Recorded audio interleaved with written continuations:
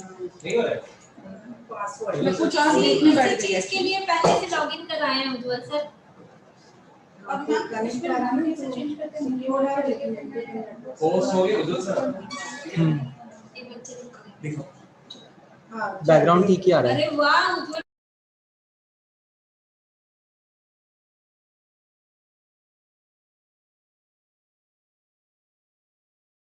Those who are listening, am I audible properly? Abhijit sir, am I audible?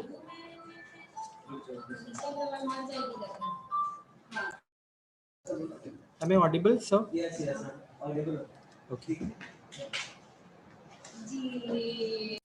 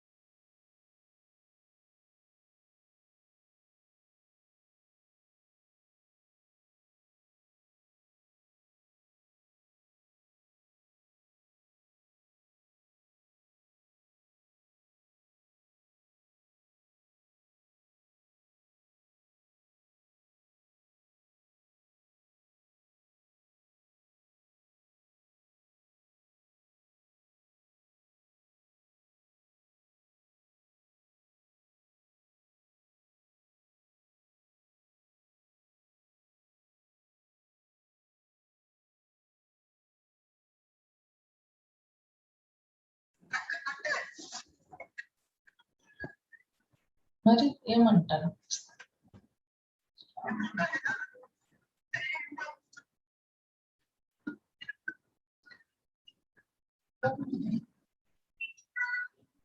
और मैं वही उसको बोली अभी मैं बोली तेरे को थोड़ा भी तकलीफ नहीं हो रहा कि तेरा ड्रीम प्रोजेक्ट तेरे जीवन से चला जा रहा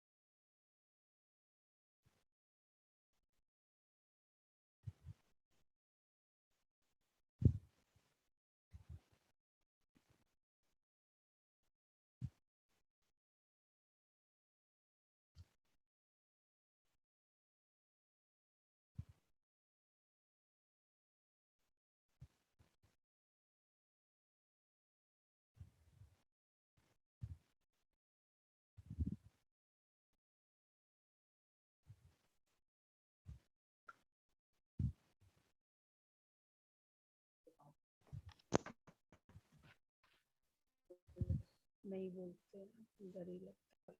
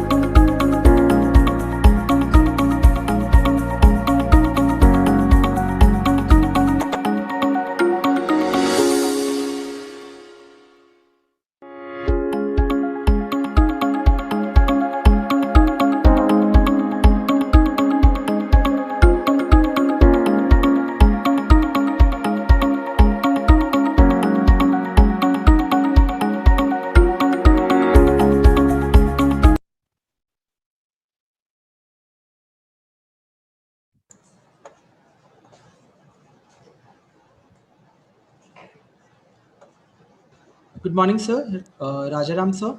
Yeah, can you So hear you me? can check your audio and video now, sir. Can you hear me now? Are you able to hear me? Yes, sir. Is that good enough, or do I need to do something more about it? No, sir, you are properly audible, sir. What about my video? So video is also very clear, sir. Okay, fine, great. Then I'm waiting. You let me know when. Okay. Thank you, sir.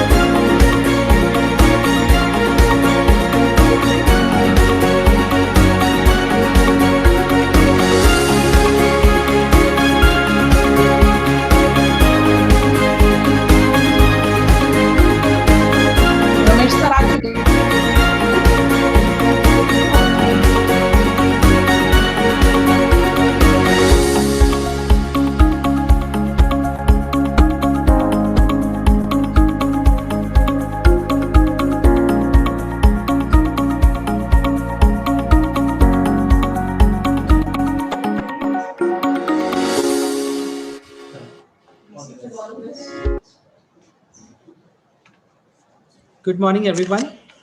Maharaja Agrasen International College, in association with Chhattisgarh Educational, Social and Cultural Organization, is organizing an international conference on the topic, the inevitability of global citizenship education in present scenario.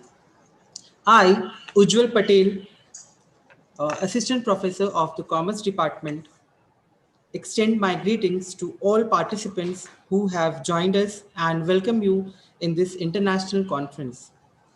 Our program is divided into an inaugural session continued by two main sessions. As we know, The value of education has been changed in the present scenario, for which today's topic seems to be very aptly chosen. And I believe that all participants and keynote speakers are going to do justice with the practical applicability of the topic.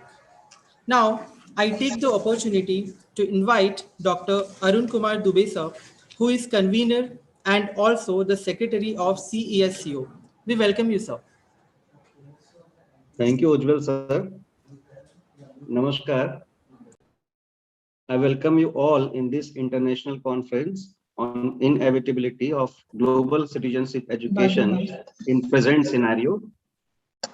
As a secretary of CISCO, I extend my thanks to Maharaja Agrasen International College for giving us the opportunity for organizing this conference on behalf of Chhattisgarh Educational, Social and Cultural Organization. I welcome Vice Chancellor, who is not present now, to not present here, sir. I welcome our today's keynote speakers, Professor Rajaram sir and Professor Tariq Ramadan sir. Chairman MAC, Mr. Rajesh Agrawal sir. Ex-Chairman MAC, Mr. Ramesh Agrawal sir. Principal MAC, Dr. Jyoti Janswamy ma'am. All the participants across the globe in our joint venture of developing global consciousness among the people so that we can create a peaceful world in living.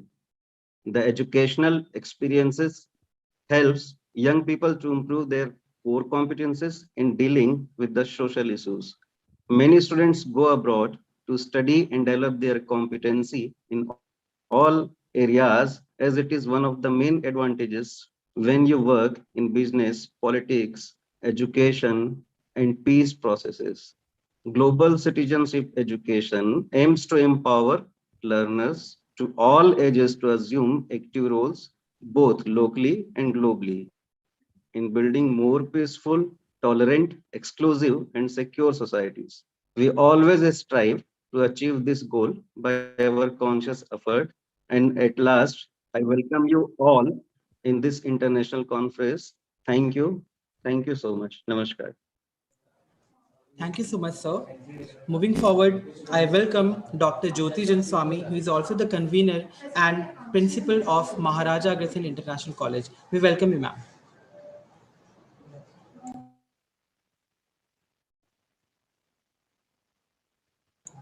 Ma'am, please unmute yourself, ma'am.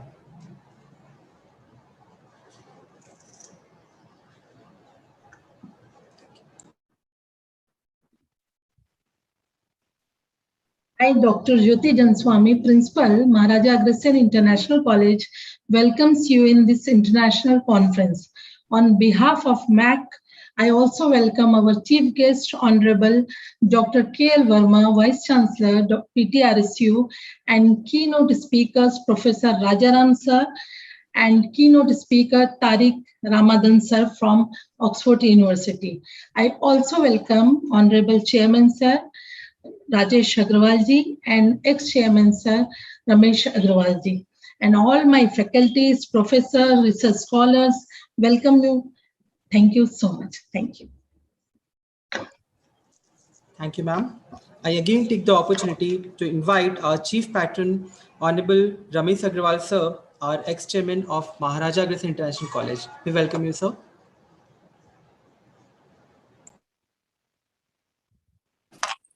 Good afternoon, everyone.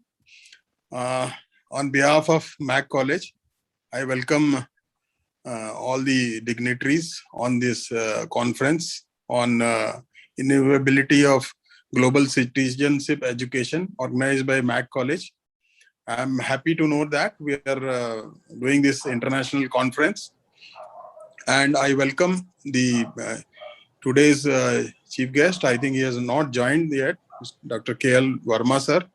I also welcome Dr. Professor Rajaram Sharma sir and Professor Tariq Ramadan sir from Oxford University, and Dr. Arun Dubey sir, and all the principal ma'am and all the faculty members from the college, and also our chairman Rajesh Agarwal ji.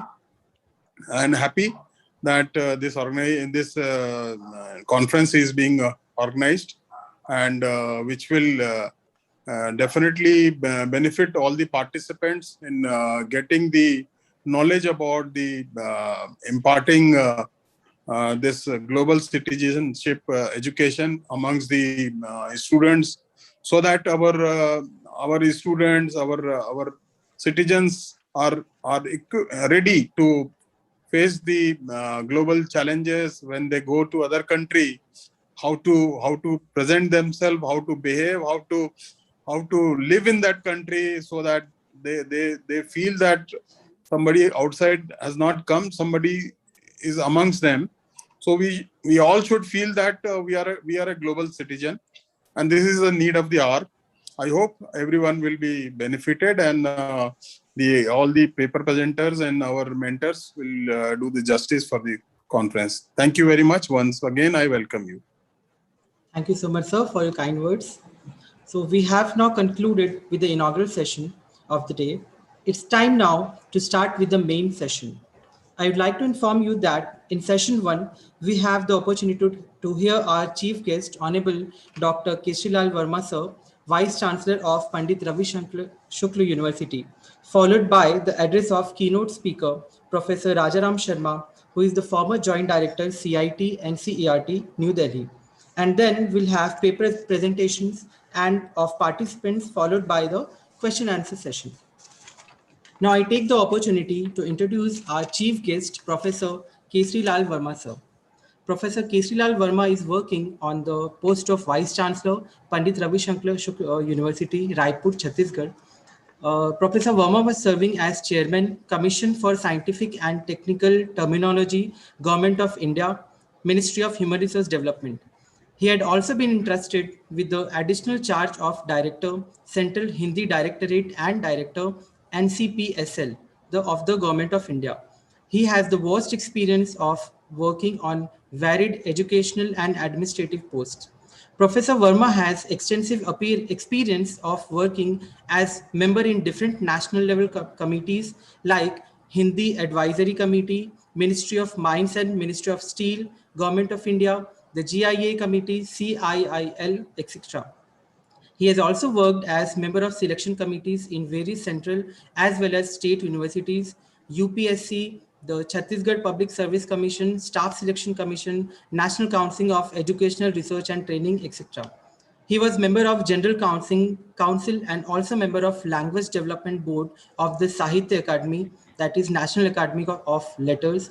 He is an inspecting authority of Maulana Azad Educational Foundation, and member of General Council, Hidayatullah National Law University, Raipur, member Executive Council, Bir Bahadur Singh University, Agartala, Chairman of Standing Committee of Education, SCERT, Chhattisgarh, member of Chhattisgarh State Road Safety Council, member of Task Force for Advisory in Higher Education, State Planning Commission, Chhattisgarh, etc. His major works in the capacity of writing and an editor include Kare Lane Hindi, Chhattisgarh Ki Asmita, Linguistic and Literature. While working in the capacity of Chairman, Commission for Scientific and Technical Terminology and Director Central Hindi Directorate, he has also got the work of publishing more than 3 dozen publications, also with 3 journals, completed as Chief Editor. More than 80 research students has attained their MPhil and PhD degrees under the guidance of him. He has been a member of an executive and publication committee of Linguistics Society of India over a long period of time. He has already been to Malaysia, Singapore, Bangkok, Uzbekistan, Turkey, Dubai, USA, Mauritius, etc. on diverse educational tours. We welcome you, sir.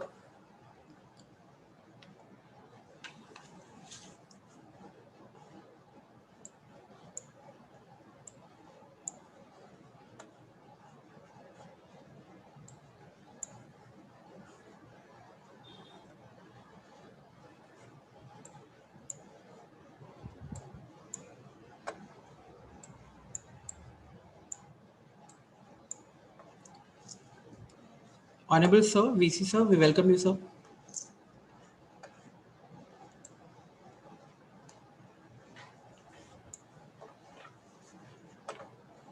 I think there's some technical glitch from their side. We'll wait for some time.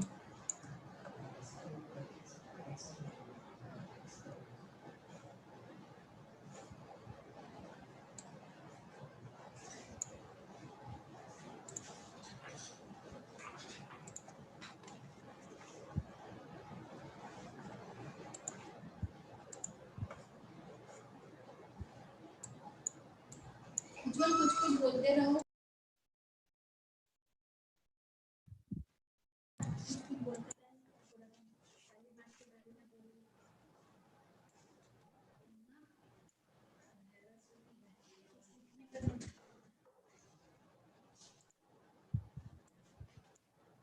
By contacting him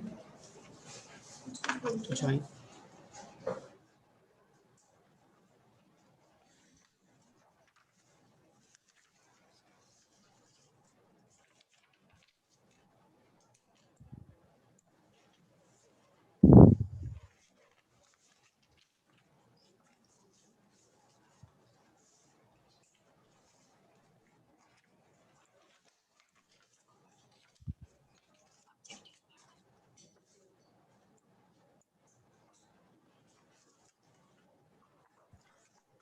Our session today, of the topic inevitability of the global citizenship education. Now, the global citizen, the topic we have chosen, our main objective for choosing this topic were to develop global consciousness among people. As we know, we had the LPG policy in 1991, which has the main, that is LPG means G stand for globalization. So for globalization, it was mandatory, it is mandatory now for us to educate our coming generation and our generation also among the global consciousness. Now, global consciousness means what? That we have to be conscious about not only our local society, but the society of the globe as a whole. The second objective is to develop in them the knowledge, skills, values, and attitudes necessary to help promoting sustainable development, tolerance, equity, and peace in the world, which is most needed at this time. Third, to develop the capability and efficiency to address the challenging issues in the current scenario, along with the importance of digitalization and technology for global citizenship education. Yes, the digitalization and technology, which is also a topic of research, and many conferences and seminars also have been attended by us time to time in this topic. So this topic is also needed. If we blend this topic, digitalization and technology, with this global citizenship education, we will reach to the apex position of the society as a whole. Yes, sir has joined us. Sir, with us.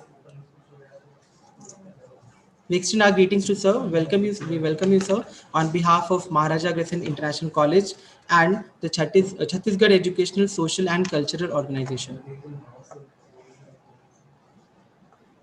Thank you. Continue.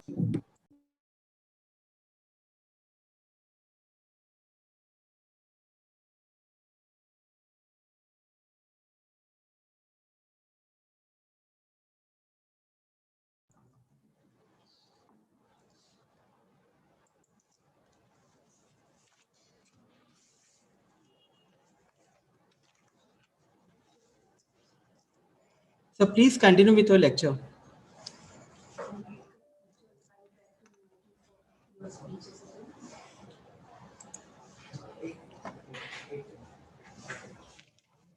Honorable VC sir, I would like to invite you for a lecture, sir.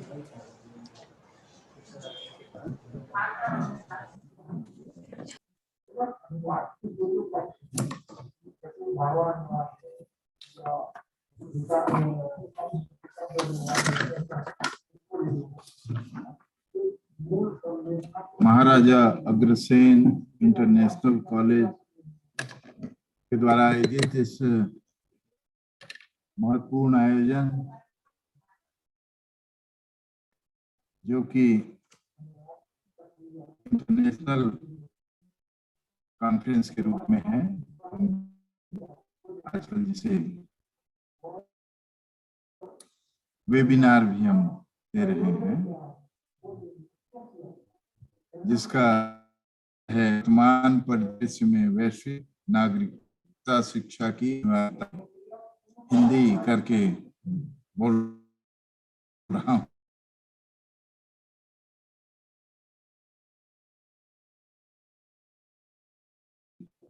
जिसका आयोजन को हमारे शिक्षकों विद्यार्थियों के से दक्ष शिक्षकों करने के लिए आयोजित कर रहा है। इस महाविद्यालय के chief patron Shri Rajesh Agarwal ji, chairman Mac,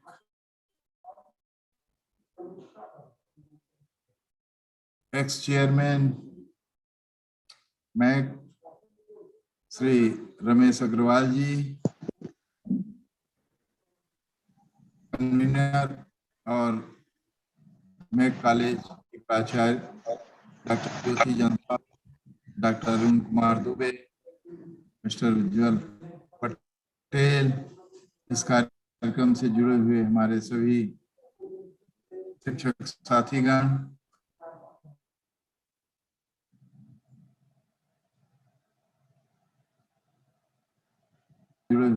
शिक्षकगण, परिदृश्य में वैश्विक नागरिकता शिक्षा की अनिवार्यता, यह विषय मुझे बहुत ही आकर्षित कर रहा है। अभी विश्वविद्यालय में रिसर्च डिग्री कमेटी की बैठक हो रही है, उसी में मैं अभी सम्मिलित था और मुझे लगा कि पहले से कार्यक्रम आयोजित है, इसके साथ आप लोगों के साथ थोड़े समय के लिए जुड़ जाऊं और आप लोग जो महत्वपूर्ण कार्य कर रहे हैं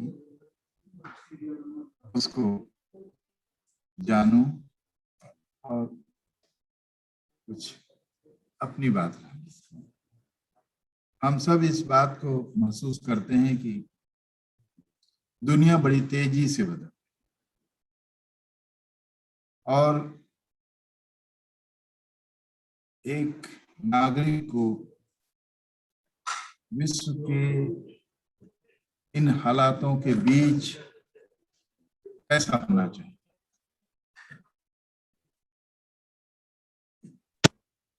वैश्विक नागरिकता किसे कहेंगे हम, और अगर हम उसकी शिक्षा की चर्चा करें,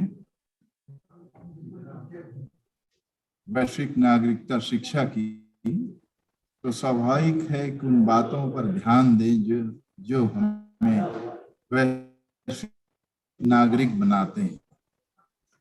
ग्लोबल सिटीजनशिप, क्योंकि जो कुछ समस्याएं दिख रही है दुनिया में,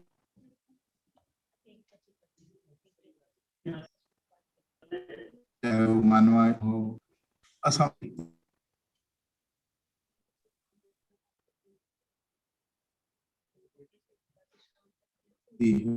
गरीबी दिखती है, हम विश्व स्तर पर क्या जरूरत है नागरिकों की, ऐसा नागरिक होना चाहिए जो कि विश्व को शांतिपूर्ण रख सके, समावेशी हो, सहिष्णु हो और उनमें ज्ञान हो, कौशल हो, जीवन मूल्यों के प्रति सचेत हो।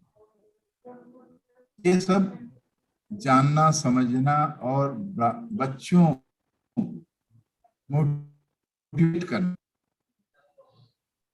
कि हमारे साबित उनमें जो नागरिक के गुण होने चाहिए, उनसे जो अपेक्षाएं होती है, और ये काम विश्वविद्यालय, महाविद्यालय अगर अध्ययन अध्यापन के दौरान करते हैं कि हम ज्ञान और कौशल से सक्षम नहीं बनाते, सक्षम नागरिक तैयार करते हैं। उनमें हम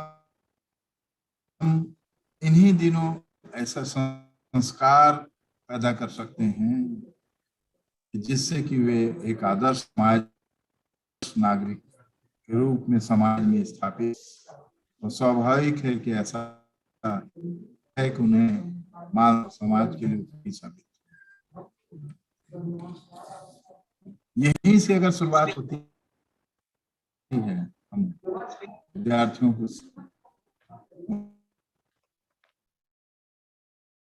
मोटिवेट करते हैं, उन्हें हम वैश्विक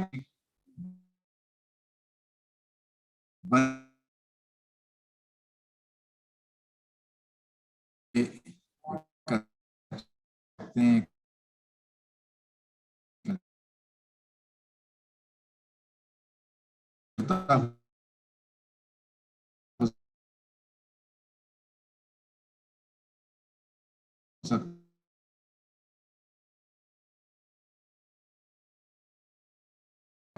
उनको बताते चले।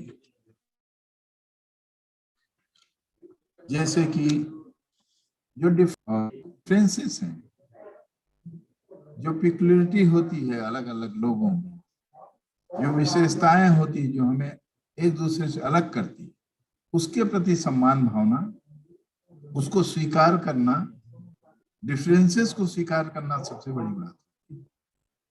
और दुनिया में जो कुछ हो रहा है उन घटनाओं को जानना, उनके प्रति एक जिज्ञासा होनी चाहिए कि हम क्या कर रहे हैं, दुनिया क्या कर रही है। और ऐसा अगर करते हैं तो स्वाभाविक है कि हमारे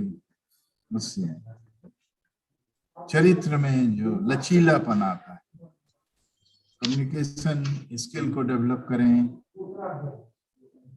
दूसरों को समीक्षात्मक एक समझ पैदा होनी चाहिए, एनालिसिस कर सके और उसके आधार पर वो कोई निर्णय लेने की सक्षम, लोगों के प्रति सहानुभूति की भावना होनी चाहिए। ऐसे अगर गुण हम इन्हीं दिनों शिक्षा के साथ साथ हमारे विद्यार्थियों में विकसित करते हैं तो वो नवाचार की ओर प्रेरित होंगे, कुछ क्रिएटिविटी उनमें डेवलप होगी, वो संवेदनशील होंगे, उसमें एंटरप्रेन्योरशिप आएगा, उद्यमता आएगी, वो आत्म जागरूक होंगे, आत्मचिंतन कर सकेंगे, आत्मनिर्देशन होगा उसमें सीखने। और ऐसा होगा तो सहयोगात्मक भावना जो आती है, एक दूसरे के बीच सहयोग की भावना, एक दूसरे को समझना, जानना और उसको स्वीकार करना, सहयोग करना।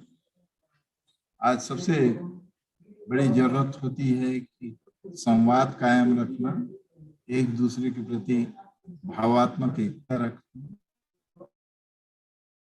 उनकी समस्याओं को समझना, उसे यथासंभव सहयोग करने की भावना रखना।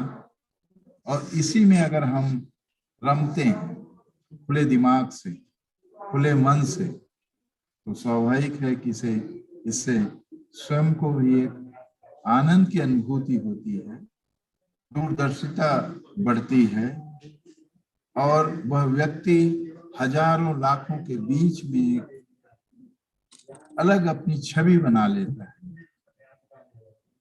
वो उभर कर सामने आता है, उनके प्रति एक सम्मान की भावना होती है। तो आज इस अवसर पर हमारे वक्तागण इस पर विचार रखेंगे, इसका लाभ हमारे विद्यार्थियों को होगा, मोटिवेट होंगे, आदर्श जीवन पद्धति अपनाएंगे। जो हम कहते हैं कि हम उन्हें अच्छी शिक्षा दें, अच्छा कौशल उसमें हो, समझ पैदा हो और मूल्यों के प्रति वो जागरूक। तो ऐसे कार्यक्रमों के माध्यम से जन चेतना उत्पन्न करना और स्वयं के उत्थान के साथ साथ समाज के विकास में योगदान, राज्य के विकास में और राष्ट्र के विकास में योगदान है। अंततः विश्व स्तर पर हम यह कह सकेंगे कि हम पूरी दुनिया को बेहतर बनाने के लिए प्रयास करें। मैं इस अवसर पर इस मैक महाविद्यालय की chairman doctor Rajesh Agarwal, ex chairman doctor Ramesh Agarwal, doctor Jyoti Janswami और उनकी पूरी टीम को बहुत बहुत बधाई देता हूं इस बहुत ही महत्वपूर्ण कार्यक्रम के आयोजन के लिए और शुभकामनाएं व्यक्त करता हूं कि जिस उद्देश्य की पूर्ति के लिए हम यह कार्यक्रम आयोजित करते हैं उसमें सफल हों और ऐसे ही हम विश्व कल्याण के लिए निरंतर काम करते रहें, हमारे बच्चों को दक्ष करें ताकि वे वैश्विक नागरिक के रूप में स्थापित हो सकें। इसी मंगल कामनाओं के साथ धन्यवाद। जय हिंद, नमस्कार। बहुत बहुत धन्यवाद sir. It is such an honor for us to have you in this session. Thank you so much, sir. Now, we move on to the next segment of the session. I'm honored to present the introduction of our keynote speaker, Professor Rajaram S. Sharma, sir. Professor Rajaram S. Sharma heads the Central Institute of Educational Technology of the NCERT. He leads initiatives in exploring appropriate applications of ICT in education, including radio and television, audio and video, web and interactive multimedia applications. He is closely associated with the implementations of the national policy of ICT in school education, particularly the development of a national repository of open education resources and a curriculum which aims at enabling teachers and students in meaningfully using ICT to enhance their capacities to learn. In a career in education spanning over 3 decades, he has been a teacher, educator, trainer, and researcher exploring active methods of learning, helping children become independent learners, enhancing teachers' competency and capacity for innovation, and helping school systems explore appropriate ICT to reach out and bridge divides. He leads the Creative Commons and free and open source software application. We heartily welcome you, sir. Thank you very much.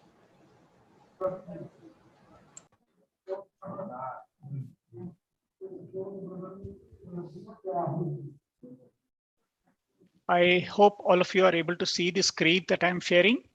Yes, sir. Can I start? Yes, sir. Okay. A very good afternoon to all of you, and I'm happy to be back with the MAKE organization. I had an opportunity a few years ago to be amidst you, but the present circumstances under which all of us are passing through has made it inevitable, to use the phrase that you have used, to be connected to each other through a virtual medium. And I hope that the technology would not act as a spanner in the works and that we will be able to have a good conversation. I also look forward to a lot of arguments, a lot of debate on the issues that we are going to flag in this conference.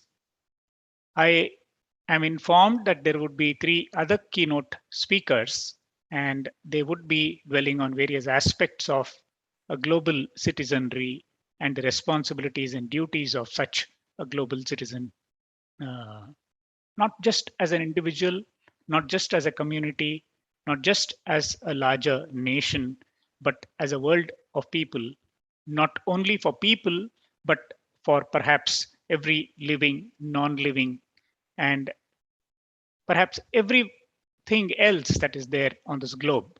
And that is the context in which we consider global citizenship. My premise or my argument for this session is that each of us individuals have a responsibility, a duty, and perhaps it's a good opportunity that we debate issues like the present theme, so that we become equipped to handle the various conflicts, the various issues that face us, not just within our lives, not just within our family, not just within our community, but across the globe. And that all of us can together make this place comfortable, make this place livable for not just the human beings, but for every possible species that we coexist with.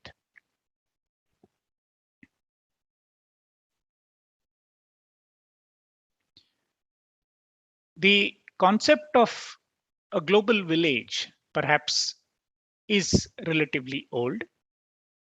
We have been hearing this word for quite some years now.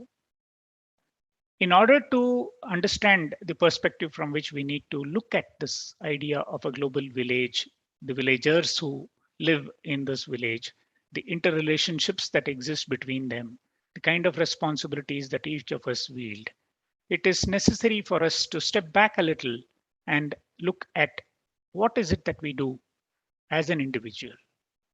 As an individual, we are responsible to our body, our mind, the little influences that surround us in a day-to-day living, and we respond to these stimuli which exist from outside and then grow into someone who can manage to exist, manage to flourish in the circumstance.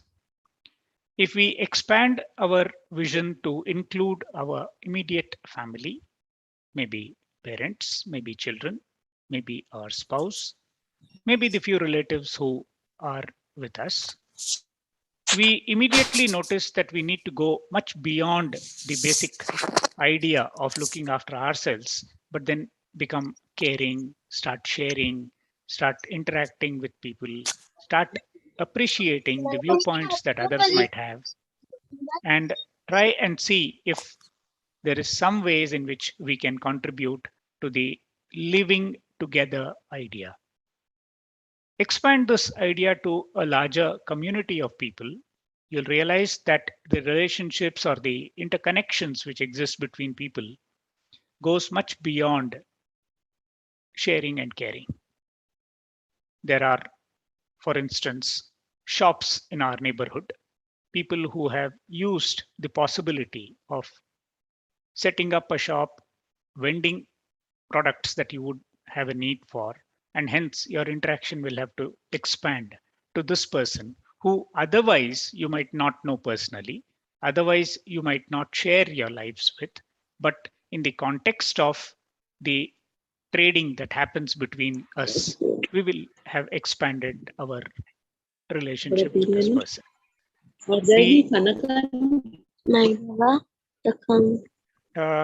May I request the host to request everybody to put their microphones on mute?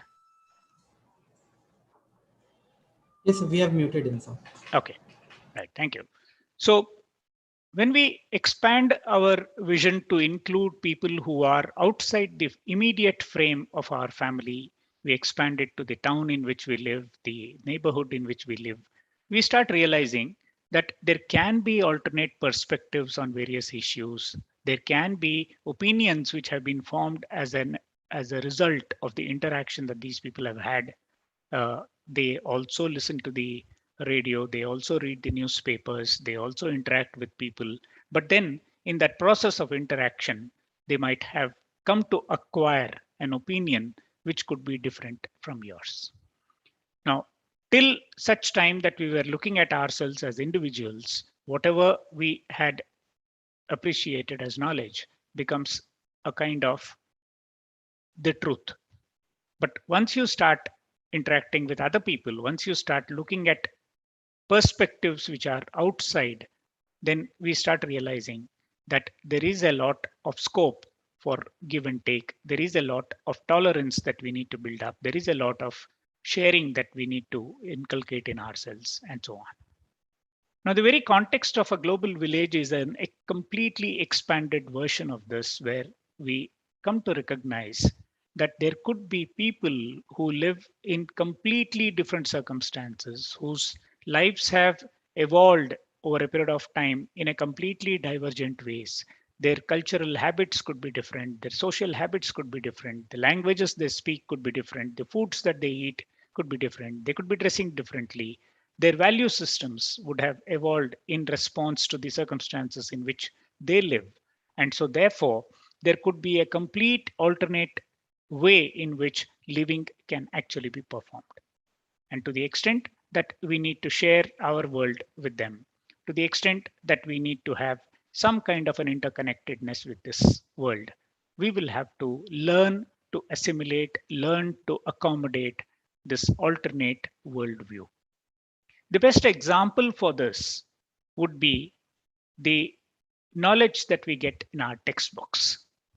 All of us are in the business of schooling or education, and therefore this could be a very useful example to explore. Let's typically take the example of a science textbook. Now, all the knowledge that has got into the science textbook was invented, was discovered, was explored in various parts of the world by a very large number of people about whom you perhaps did not even have an inkling that they existed.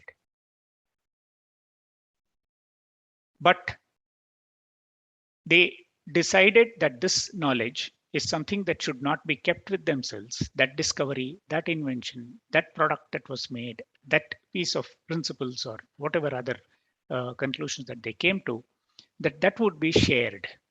And this is that shared knowledge that forms the basis for all our existence, be it the the health of every individual in the society, be it the medicine and various other ways in which we can ensure our health, be it transportation, be it buildings, be it various other activities that we normally engage with. You will notice that if it were not for the sharing of knowledge across the world, perhaps all these benefits that we take for granted could not have accrued to us. Perhaps someone figured out how to make cement. Perhaps someone else figured out how to use the cement in creating the buildings that we live in, and so on. So try and appreciate the idea that the very fact that people agreed to share this knowledge with each other leads to a common prosperity, a prosperity for all of us, an advantage that did not exist perhaps a few decades, a few centuries ago. But today it is possible for us to create various facilities, various amenities for ourselves, thanks to the fact that there is this shared knowledge. I took the example of science. I restricted myself to education. But if you start exploring it, you'll realize that perhaps every piece of knowledge of the world is the very foundation on which humankind exists. And therefore, every one of us who's a beneficiary of this, we start off as a student, we grow through schooling, we go through college, we end up as teachers, as teacher educators, and so on. We become citizens of this larger community. We become citizens of this global village. Preserving this knowledge which we have inherited, preserving this knowledge which has been given to us as a legacy, growing this knowledge therefore becomes a shared responsibility. You would always argue that there could be possibilities where this shared knowledge does not accrue to us. If you consider a common person, the common person not being equipped with, let's say, receiving knowledge of every kind. For instance, if you have not studied biology, it is unlikely that you are aware of all the intricacies of the human body and the way it works. And you would be dependent on someone like a doctor to unravel it for you when you get into a little issue. You have an illness, you have an injury, you have some affliction, and you reach out to this doctor. And this doctor, having partaken of the shared knowledge, having interpreted this knowledge, having understood what this knowledge means to every individual human being, is in a position to help this common person to overcome the affliction, the disease, the illness, or the injury. Now, this doctor also grew through the same avenues, was a child at some point in time, became an adult, went through schooling, went through college, but decided that partaking of that common knowledge, the shared knowledge, accessing that shared knowledge is something that person is interested in. Every single professional, every single person has a chance to reach out to this shared knowledge. And this in sociology is considered as vertical mobility. Vertical mobility can be treated in a very narrow way in which you become richer, you acquire more assets, you acquire more facilities and so on. But I am here expanding the scope of this concept called vertical mobility to make every individual capable of accessing that shared knowledge, which I will try and argue out later is an essential ingredient of becoming a citizen of this global village. So not only is this a right of this individual to access this knowledge, for which that person will have to equip himself or herself with various abilities, various skills and so on, but it is also the duty of every individual to be partaking of this knowledge. Of course, everyone may not be in a physical position to do so. Everyone might not have gone to college. Everyone might not have learned all the languages of the world. Everyone might not be able to access all the journals and the books and various other sources of information. And even if they do, they may not have had the exposure which equips them to understand, they equip them to interact with that knowledge and to make use of that knowledge for whatever purposes they want to.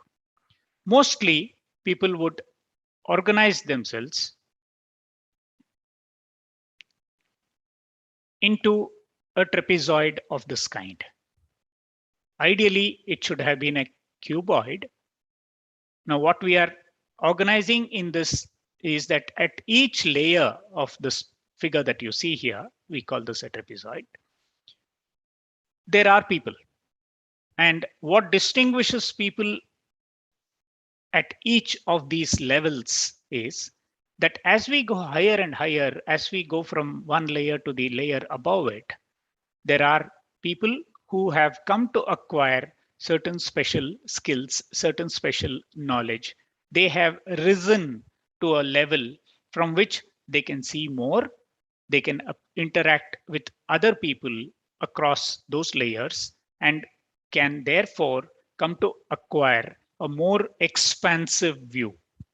It is like the physical analog that if you were able to climb a very tall building, each floor that you would climb into, you would see more and more of the town or the city in which you live. It's like reaching out to the sky. Except that in the particular example that we are discussing here, we are looking at the capabilities that individuals acquire in order to rise higher and higher on this trapezoid. One immediate gain of trying to climb up this trapezoid would be that you would become individually prosperous. You would rise up to larger positions, you would start acquiring more monetary gains from this and so on. But we are trying to argue out that you would also acquire perspectives which were otherwise not available to people down below there.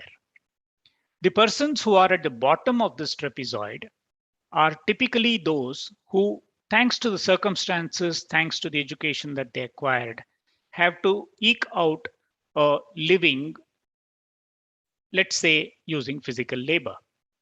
Let us say that they have to subsist on a day-to-day basis with a daily wage of some kind and hardly have the time and the means to acquire the knowledge which is available. It is not as if that is not accessible to them. It is just that they were denied at some point in time the opportunity to acquire certain abilities which would benefit them, benefit their access to this knowledge, and the knowledge would in turn benefit them. So therefore, when you look at it from this perspective, as someone goes from one step to the other and reaches higher and higher, the leadership position that this person acquires is going to be very significant. And when we say there is a leader, there are followers. All people who are just below that person in that community would be looking forward to the opinions, the perspective, the knowledge that this person has acquired. Like you seek out a doctor, like in your class, your students seek you out, like you are listening to me now. Each of us have, through our efforts, through our positioning on this trapezoid, have acquired some knowledge, some abilities, some competencies, which allows us to see more and more of the world, to understand more and more intricate interactions in the community. We come to form opinions about various things, and this opinion is useful for us to serve that community which is below us.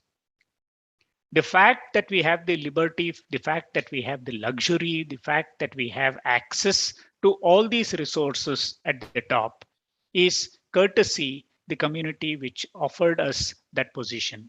It said, you don't have to go and dig a hole. You do not have to do the physical labor. You get yourself this education. We will look after you. You form that mediator between the layer at the top and us, which is what a doctor does, which is what an engineer does, which is what a teacher does, which is what every professional in this world comes to serve the community below them through the intellectual capabilities, through the production, through the efforts of this individual. And that is the way in which societies get organized. And the perspectives that we reach, the understanding that we have today is going to enable us to support the layers below. So if we were to look at this as the objective of education, raising everybody's capability to the point where they can offer the goodies of life from a perspective from which they have managed to reach. This is what makes it possible for people below to benefit from that. For instance, if there has been a new airport in your town and that flights have started coming in, there are a large number of people who had learned that trade, who had learned to operate those machines, who had learned to make those facilities available, have now reached a position where they can provide that support to all the people in that neighborhood in order to access an aircraft, to use that for transport. Now you could apply this to almost every sphere of life. I just took the example of an aircraft, that you do not really need to know what an aircraft is or how the aircraft flies, but you can use that facility because you are now served by someone who you nurtured, who you offered support. That person has reached that point, or that set of people have reached that point where they can provide this facility to all of us. So this is the perspective with which I am treating citizenship itself. So what is it that we need to do? One, as individuals who are going through the schooling system, who are getting ourselves educated, and two, as teachers who have the opportunity to serve our children, to build in themselves various capacities. One of those very important markers of how someone can become a thought leader, I define everyone in every layer of that trapezoid to be a thought leader. I am sharing with you some perspectives that I arrived at. In a very similar manner, each of you as teachers would be in your classrooms trying to share perspectives on various subjects, on various topics that you are dealing with to your students. Students acquire various ideas thanks to that. They go read various other material. They go interact with people outside. They acquire ideas, they acquire concepts, they acquire understanding of the world around them. And it is only if they become autonomous learners can they grow into thought leaders. Now, what do we mean by autonomous learners? All of us who have been in the teaching profession are well aware of this idea, but let me again reiterate.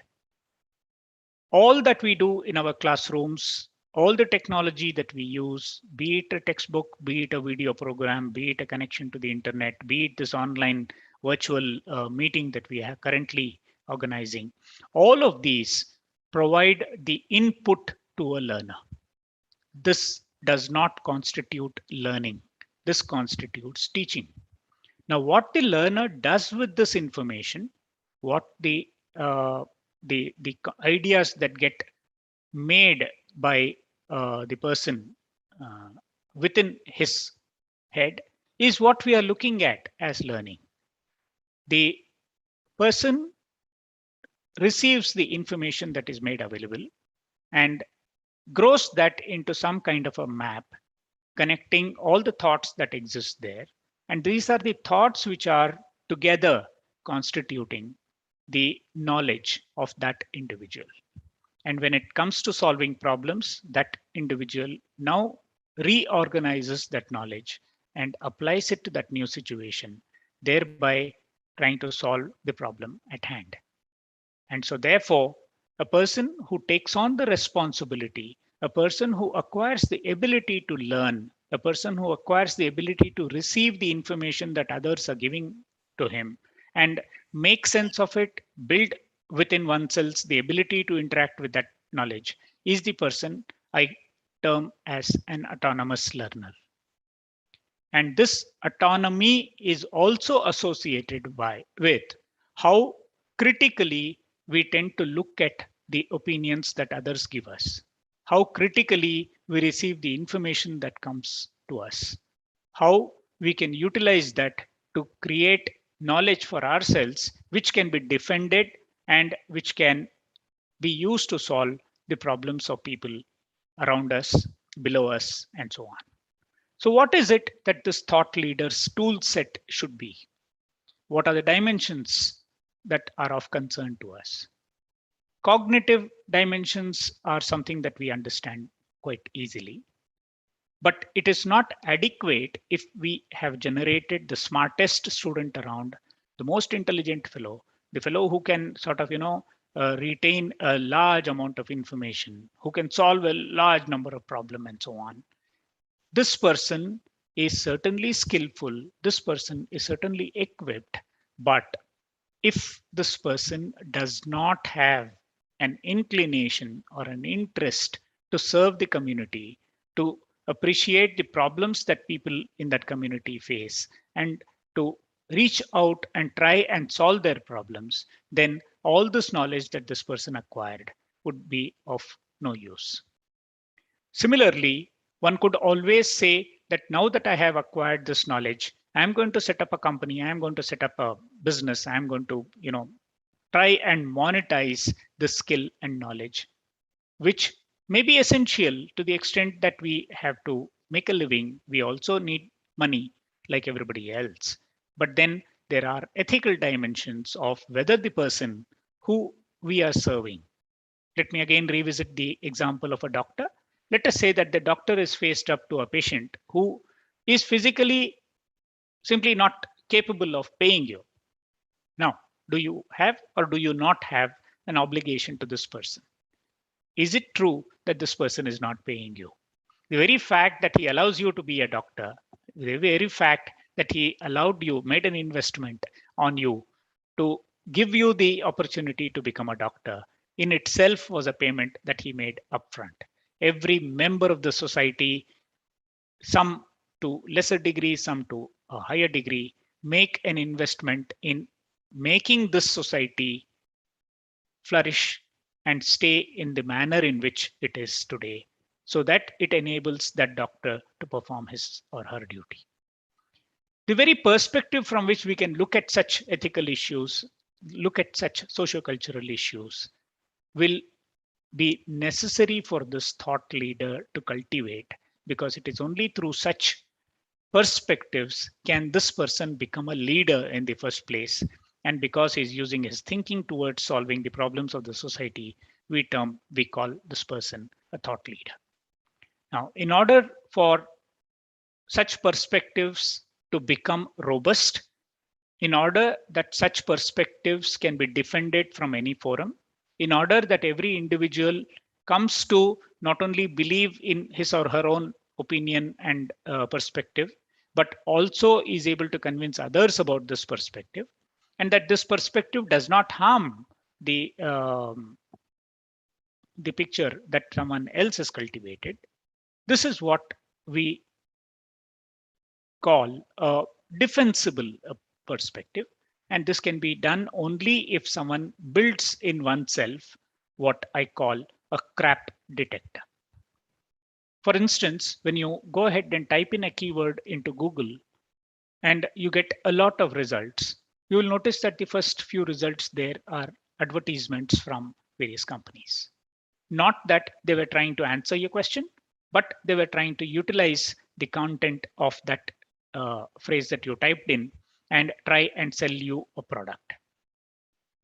It is also likely that there are a large number of other websites or information floating around, which may be correct, which may not be correct, which may be updated, which may not be updated, which may be relevant to you, which may not be relevant to you. So each time that you type in something into Google and press enter and select the very first result, you are very likely to be getting into the wrong information. The ability to figure out which is that information which you will allow to be received by you, which is that information on the basis of which you will formulate your own opinion, your own worldview, which is that information which will help you build a knowledge, which can help you serve the people who you have set out to serve. That is what I term as the crap detector. And it is in this, there is a very critical role for teachers at every stage of schooling. Very importantly, right in the beginning, at the primary stage itself, when children are not yet equipped to appreciate what is correct, what is wrong, what is true, what is untrue, what are the yardsticks of comparing two things, how do we come to conclude that something is better than the other, something is truer than the other, something is more factual than the other. The very equipment that is required for dealing in thinking, this is that equipment that we develop in children in schools. So school teachers have the added responsibility of not only protecting children from false information, but also in nurturing the abilities in children to evolve into autonomous learners. Now, what the implications of these are for the methods that you use, for the kinds of activities that you organize in the classrooms, for the kinds of materials that you deal with in this classroom, you will have a good opportunity to debate this at some other point in time, maybe amongst yourselves, and try and ask yourself at each point in time, am I in some sense contributing to the development of those abilities in children, which in the future will grow them into a thought leader? Because the more and more thought leaders we are able to generate, the more and more people who are not only cognitively equipped, but also have the interest and the leaning towards solving people's problem, that we will be able to develop a community of people who will hold this society and grow this society into a more peaceful, more prosperous, more harmonious place for all of us to live in and flourish. Thank you very much. I'll stop at this stage. And if there are questions, I would be very happy to take those questions. But if the host decides that we will hold on to the questions towards the end, I would be game for that also. I'll stop my share at this point. Thank you, sir. Thank you so much for providing us the clear picture on this topic, sir. So after this, we have 3 paper presentation, and after that, we'll have question and answer sessions. Okay. So moving forward, in the next segment, We have 3 paper presentation. So first of all, I call Dr. Dhanesh Ram Sinha. Dr. Dhanesh, are you ready for your presentation? Dr. Dhanesh? Hello. Sir, Am are I you ready audible, for the sir? presentation? Yeah, sir. Sir, you are audible, sir. Yes. So Yeah, it's a yeah. humble request to please complete the presentation on the stipulated time of 5 to 7 minutes. Yeah. I will try, sir, my best. Okay, sir. So first of all, thank you very much, sir, for giving me a chance for my paper presentation and respected chairperson and all the dignitaries on the dais and all the teachers of the dais who are listening to this valuable international conference. And my topic is relevance of global citizenship education in modern India. So I would like to tell all of you global citizenship education is comparatively a new concept that took a notable stand during 70s. The drastic destruction of World War II insisted the world leaders to think about the matter seriously for the betterment and overall development of human societies all over the world. The core concept of GCE join hands and work together for one and all for humanity. UNESCO is playing an important role in this regard. The core concept of this campaign is to break the boundaries of jealousy, hate, selfishness, and thinking about the world integration, living our narrow goals. In Indian context, all these are ancient thoughts for all living beings. In our all epics and religious and holy books, we come across of this concept time without number. The term Bahujan Hitaya and Bahujan Sukhaya and the Vasudha Kutumbakam are some of famous taglines of Indian culture and traditional Indian scenario. The tagline "Live and Let Live" has been given more and more importance. From Lord Rama to Lord Buddha in modern time, our great saints and leaders like Raja Ram Mohan Rai, Swami Vivekananda, Subhash Chandra Bose, and Rabindranath Tagore all had the same beliefs. Now the question stands: what actually is the GCE? So the actual meaning of global citizenship education is to educate the people of whole world as their own family members, and for this, every educator of this world must inculcate this concept among the students right from the beginning of their education for a better coordination with the help with the people or the nations of the world. This concept became clear in 2004 during World Bird Flu and 2020 during corona pandemic. Now the question comes, why need of global citizenship education? 20th century is a dark period where two world wars took place with a lot of bloodshed and destructions. Apart from these two major wars, an estimated 120 million were killed in the 20th century, both in peacetime and in armed conflict as a result of government intervention. The toll of economic injustice is still greater. Some 14 million children die every year before they reach the age of 5. Means there is a large number of distractions in this regard. So we see the importance of the GCE. Some of the things I would like to highlight them. The idea gives a depth insight into interconnected nature of the world people. The concept is an example of the people of the universe. That somewhere or the other there is an intimate relationship among all the living beings of the world. It recognizes the weakness and strength of the individuals and tries to use them for the development of society in a positive and constructive way. But there are some of the problems, and the world leaders must pay their all attention to those problems so that the problems should be sought out in the beginning. For example, the concept of radical nationalism has been misleading many people to think about the matter to an opposite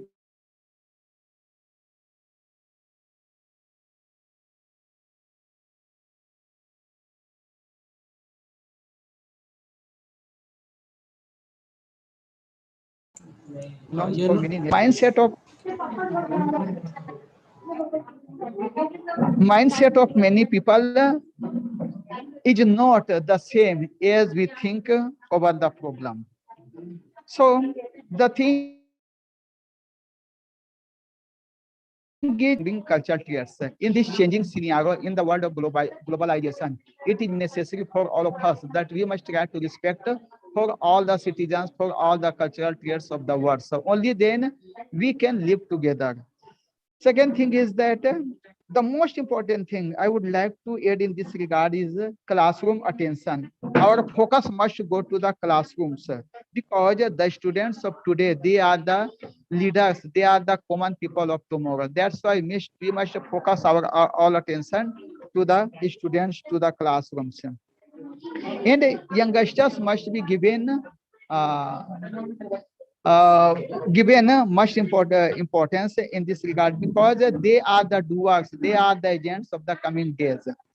And as the time is getting too short, I would like to add in conclusion part, global citizenship education can solve many problems in the current international scenario because it is responsible for quick actions in local and global level. What the world need most at present is the collective responsibility of the genius and the youth. If the elders are the think tanks, when the youth are the symbol of powerhouse who are ready to take actions to fulfill the projects and plans. The basic thing is to make responsible the new generation and make them awake for their own recognition and identity. So thanks a lot to all of you for giving me this precious time. Thank you very much. Thank you, Dr. Dhanesh. Next, I'd like to invite Dr. Jayashree Rang Singh. Ma'am, are you ready for the presentation? Dr. Jayashree. Yes, sir. Okay, please start.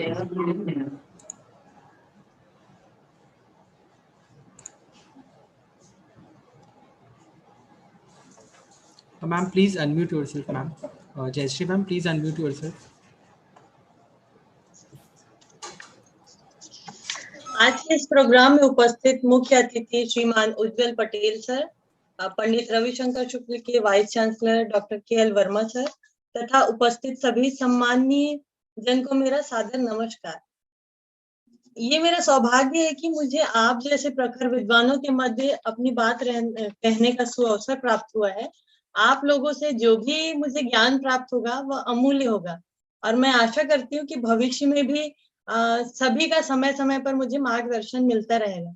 इसके अलावा मैं Maharaja Agrasen international college और Chhattisgarh educational social and cultural organisation को भी धन्यवाद कहना चाहूंगी, जिन्होंने मुझे ये जो महत्वपूर्ण मंच है इसको प्रदान किया है। मेरा आज का टॉपिक है वैश्विक नागरिकता शिक्षा की अपरिहार्यता, वर्तमान परिदृश्य।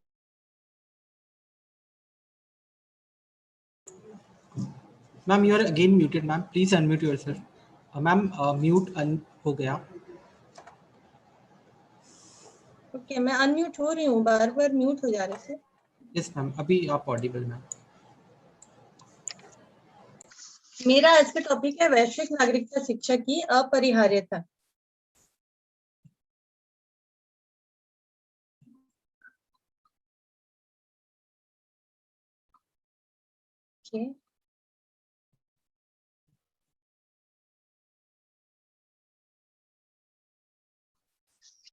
वैश्विक नागरिकता शिक्षा की अपरिहार्यता वर्तमान परिदृश्य में। तो जैसा कि हम देखते हैं कि वैश्विक नागरिकता शिक्षा क्या है, वैश्विक नागरिकता शिक्षा का लक्ष्य क्या है और इस शिक्षा की आवश्यकता क्यों है, तो इसके बारे में मैं थोड़ा बताना चाहूंगी।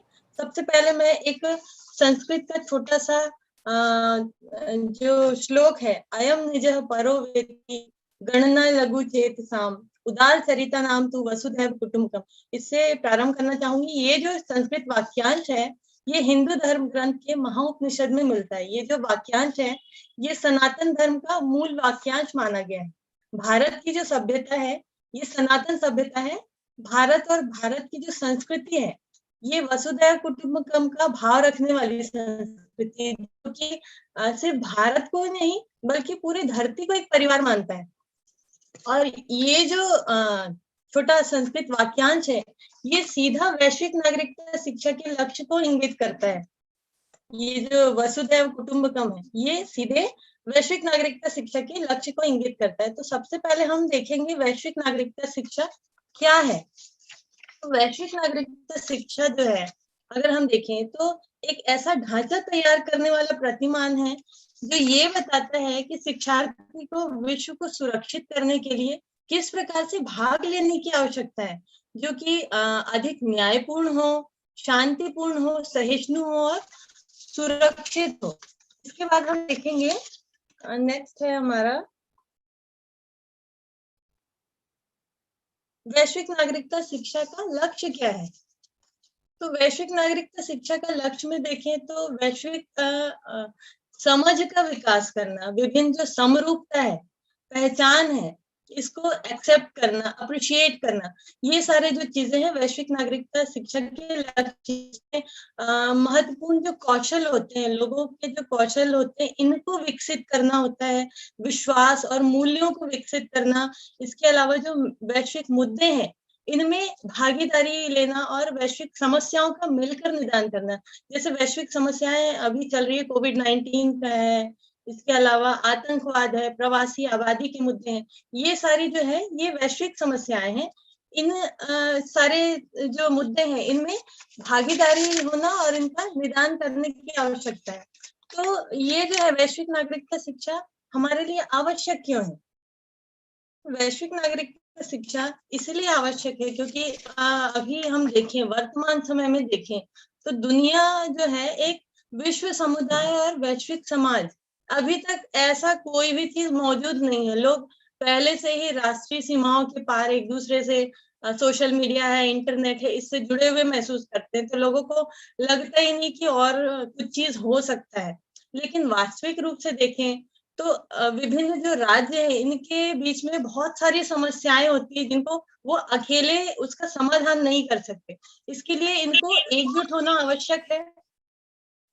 यस, इसके लिए वैश्विक स्तर पे एकजुट होना आवश्यक है और लोगों को शिक्षित करना भी आवश्यक है। वैश्विक नागरिकता जो है वो छात्रों को जलवायु परिवर्तन, संघर्ष, गरीबी, भूख, असमानता, स्थिरता, ये सारे जो मुद्दे हैं, इनके अलावा जो 21वीं सदी की जो वर्तमान समय की जो चुनौतियां हैं, इनको हल करने में सहयोग के लिए समझ देती है, कौशल देती है और मूल्य प्रदान करती है। तो अंत में मैं यही कहूंगी कि वैश्विक नागरिकता का जो उद्देश्य है, सभी उम्र के जो शिक्षार्थी हैं, चाहे वो बच्चे हों, युवा हों या वयस्क हों, सभी को समान रूप से सशक्त बनाना है और वैश्विक जो चुनौतियां हैं, उनसे सामना करना और इनमें जो सक्रिय रूप से योगदान देने की आवश्यकता जरूरी है, ताकि समस्याओं को निपटा सके और इन समस्याओं को आसान बना सके। Thank you. Thank you so much, ma'am. Next, I'd like to call Miss Anita Pandey. Are you ready, ma'am? Miss Anita Pandey. Yes, sir. I am ready. Okay, please start, ma'am. Yes. Jayashree ma'am, it's a humble request to please stop your screen. Jayashree ma'am, it's a humble request to please stop your screen share, ma'am. Okay. Yes, Anita ma'am, please start. जी sir, मैं start करता हूँ। मैं अनीता पांडे शोधार्थी हेमचंद यादव विश्वविद्यालय दुर्ग उपस्थित सभी सम्मानित सदस्यों का सहृदय अभिवादन करते हुए इस 2 दिवसीय अंतरराष्ट्रीय कॉन्फ्रेंस के विषय युवाओं के लिए वैश्विक नागरिकता शिक्षा के महत्व पर अपने विचारों को प्रस्तुत कर रही हूँ। युवाओं के लिए वैश्विक नागरिकता शिक्षा क्या है? वैश्वीकरण के वर्तमान युग में आम जनता की ओर से वैश्विक अनौपचारिकता की मान्यता ने शिक्षा में वैश्विक नागरिकता में उच्च स्तर की रुचि पैदा की। यद्यपि आधुनिक स्कूली शिक्षा 19वीं और 20वीं शताब्दी में राष्ट्रीय राज्यों के लिए उपयुक्त शिक्षा के लिए उन्मुख हो सकती है, परंतु 21वीं सदी में नागरिकता को वैश्विक संदर्भ में समझा जाता है। सर्वप्रथम 1990 के दशक के अंत में यूनेस्को ने वैश्विक नागरिकता शिक्षा के लिए एक पाठ्यक्रम एक पाठ्यक्रम तैयार किया जिसे वैश्विक नागरिकता शिक्षा GCED का एक रूप माना गया। इस पाठ्यक्रम में वैश्विक नागरिकों की सक्रिय भूमिका पर जोर दिया गया। वैश्विक नागरिकता शिक्षा समग्र दृष्टिकोण प्रदान कर मानव अधिकार शिक्षा, शांति शिक्षा, सतत विकास के लिए शिक्षा, अंतरराष्ट्रीय और अंतर सांस्कृतिक समझ के लिए शिक्षा सहित अन्य शिक्षा प्रक्रियाओं के अनुभव पर आधारित है। अब हम देखते हैं वैश्विक नागरिकता शिक्षा का उद्देश्य क्या है। शिक्षार्थियों को अधिक न्यायपूर्ण, शांतिपूर्ण, समावेशी, सुरक्षित और स्थायी संसार के लिए सक्रिय योगदानकर्ताओं के रूप में स्थानीय और विश्व स्तर पर सक्रिय भूमिका निभाने के लिए सशक्त बनाना। वैश्विक नागरिकता शिक्षा शिक्षार्थियों को उनके अधिकारों और दायित्वों को महसूस करने के अवसर और दक्षता प्रदान करने के लिए एक परिवर्तनकारी अनुभव बनाने की इच्छा रखता है। यह विद्यार्थियों की एक बेहतर दुनिया और भविष्य को बढ़ावा देने के लिए प्रोत्साहित करता है। वैश्विक नागरिकता शिक्षा आजीवन सीखने के दृष्टिकोण पर बनाया गया है। यह न केवल बच्चे और युवाओं बल्कि वयस्कों के लिए भी है।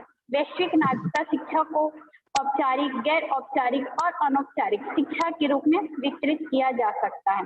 इस कारण से वैश्विक नागरिकता शिक्षा पर सतत विकास लक्ष्य का अभिन्न अंग माना गया है।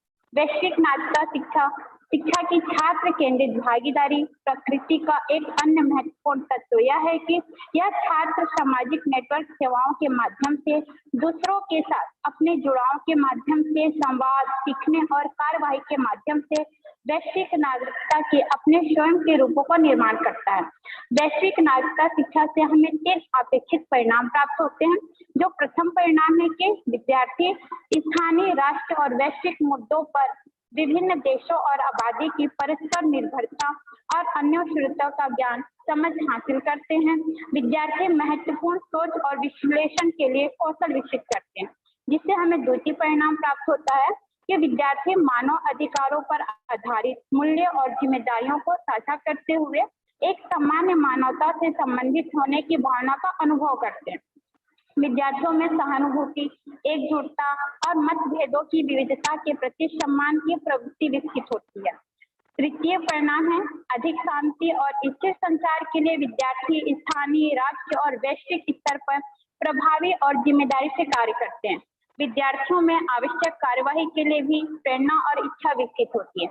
अब हम देखते हैं कि जो युवाओं के लिए वैश्विक नागरिकता शिक्षा क्यों महत्वपूर्ण है। आज का युवा पीढ़ी वैश्विक नागरिकता शिक्षा का क्यों प्रयोग कर रहा है। यूनेस्को प्रकाशन के अनुसार वैश्विक नागरिकता शिक्षा शिक्षार्थियों को 21वीं सदी की चुनौतियों के लिए तैयार करने के प्रतिमान के रूप में परिभाषित किया गया है, जो यह बताता है कि शिक्षा कैसे ज्ञान, कौशल, मूल्यों और दृष्टिकोणों को विकसित कर सकती है, जिसके लिए युवाओं को वैश्विक नागरिकता की शिक्षा देने की विशेष आवश्यकता होती है, जो युवाओं के लिए वैश्विक नागरिकता शिक्षा के महत्व को स्पष्ट करता है। वैश्विक नागरिकता शिक्षा युवाओं को सशक्त बनाती है कि कैसे वे वैश्विक नागरिकों के रूप में उन वास्तविक चुनौतियों का सामना करने के लिए संलग्न हो सकते हैं, जिनका वे अपने दैनिक वास्तविक जीवन में सामना करते हैं। समकालीन संघर्ष प्रवृत्तियों पर शोध के अनुसार वैश्विक दक्षिण के संघर्ष की जड़ें जाति, संस्कृति और धार्मिक गलतफहमी है।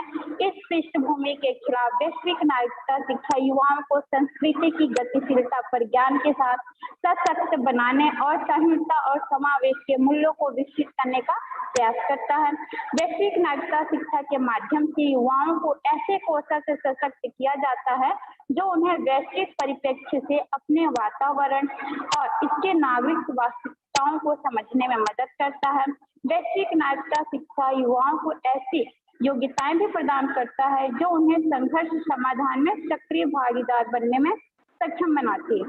वैश्विक नागरिकता शिक्षा के माध्यम से युवाओं को संवाद और जुड़ाव कौशल के साथ सशक्त बनाया जाता है कि वे शांति निर्माण के नए मीडिया का प्रभावी ढंग से उपयोग कैसे कर सकते हैं।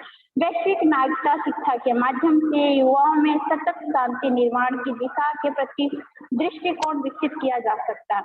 इन बिंदुओं के आधार पर हम यह कह सकते हैं कि वैश्विक नागरिकता शिक्षा की आवश्यकता आज के युवाओं की मुख्य आवश्यकता है, जिससे उनमें भविष्य की चुनौतियों, जातीय, संस्कृति और धार्मिक गलतफहमियों के प्रति उचित दृष्टिकोण विकसित कर सकती है। इन विचारों के साथ मैं अपनी वाणी को विराम देते हुए पुनः महाराजा अग्रसेन महाविद्यालय को आभार व्यक्त करती हूँ कि जिन्होंने मुझे अपना व्याख्यान देने के लिए यहाँ पे आमंत्रित किया। धन्यवाद। Thank you, ma'am. बहुत बहुत धन्यवाद आपका भी, ma'am. Moving forward, I'd like to invite Miss Mohini Malevar, who is the Assistant Professor, Department of English of Maharaja Agrasen International College, to present a report on this 3-paper presentation. Thank you so much, Ujjwal.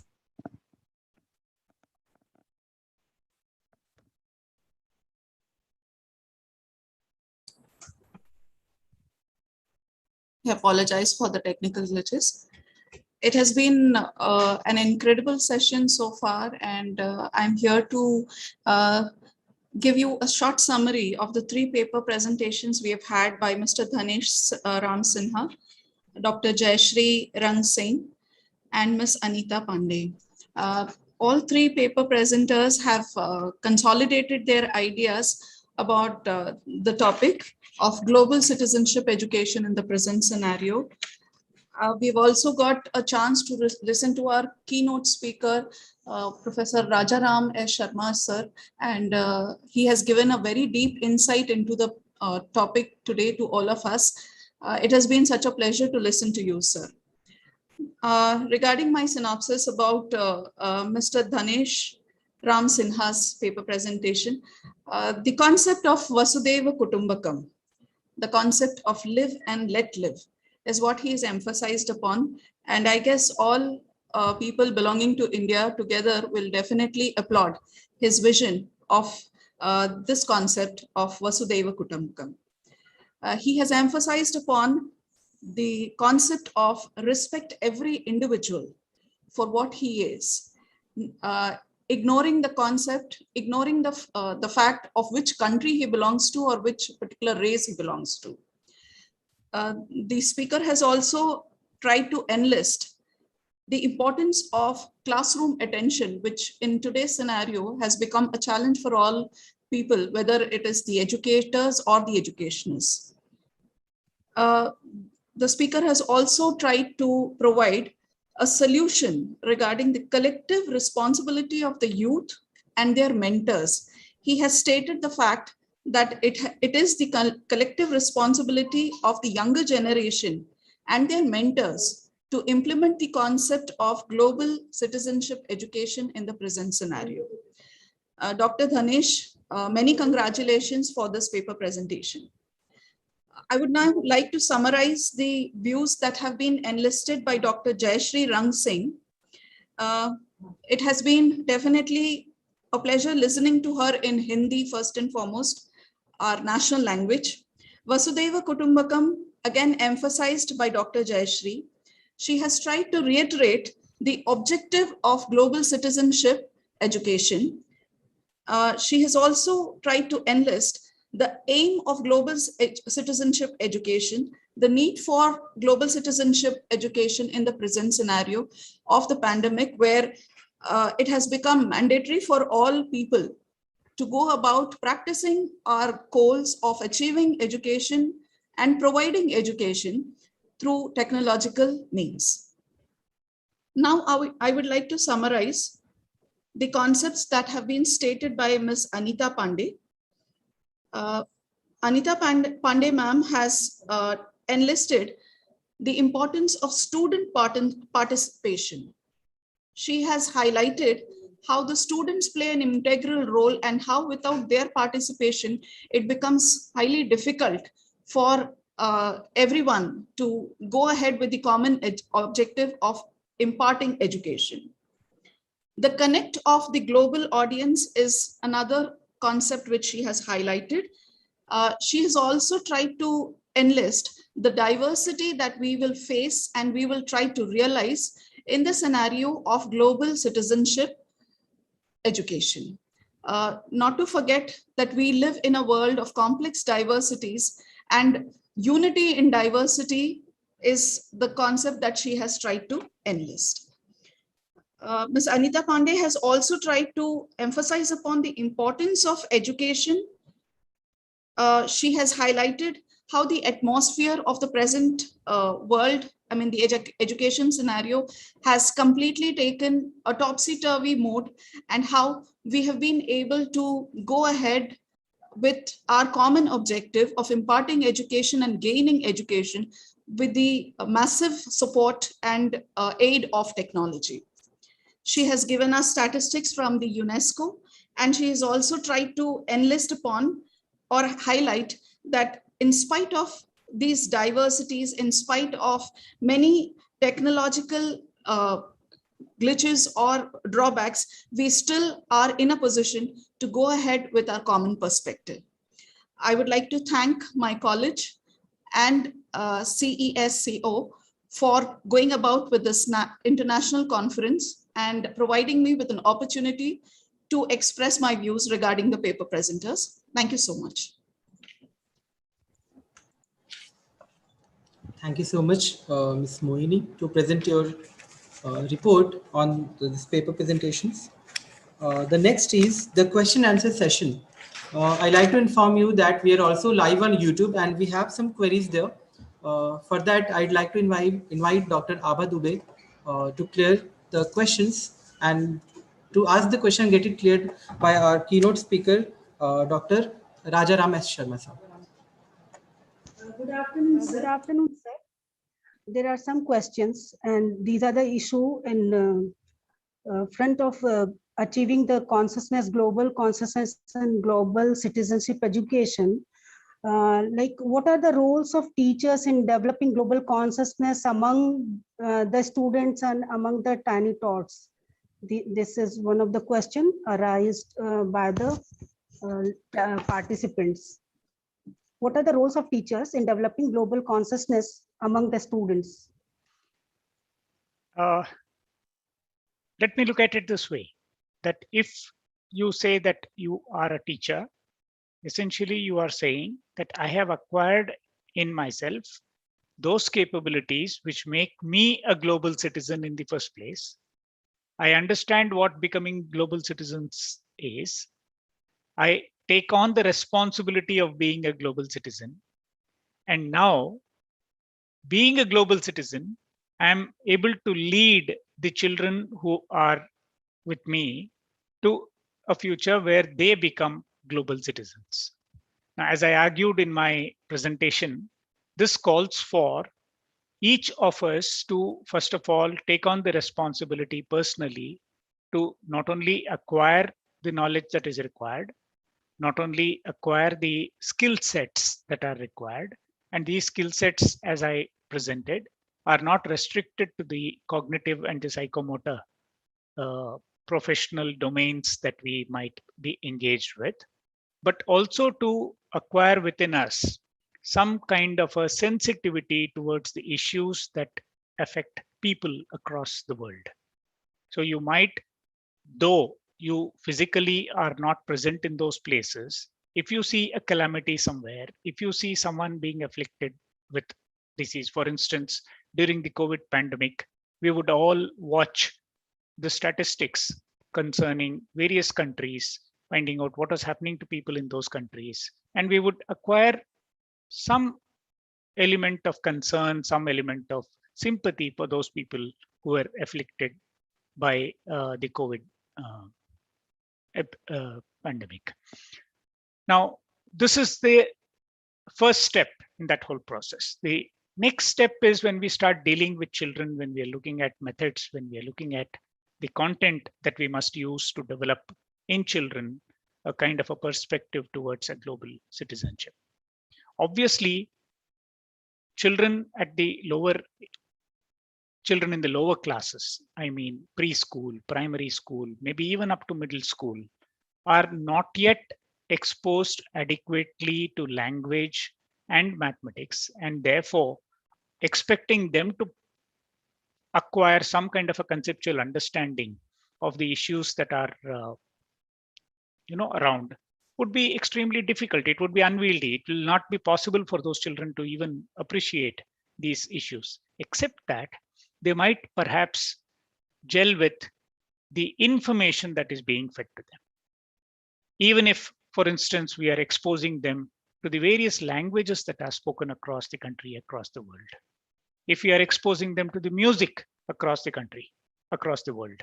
If we are looking at dance forms, if we are looking at physical, geographical places, beautiful places across the world, they form an idea that the world is indeed a beautiful, precious place, and that the people, the diversity, the skills, the creativity that people exhibit all across the world is something that has to be appreciated. They tend to acquire a kind of a value for those things.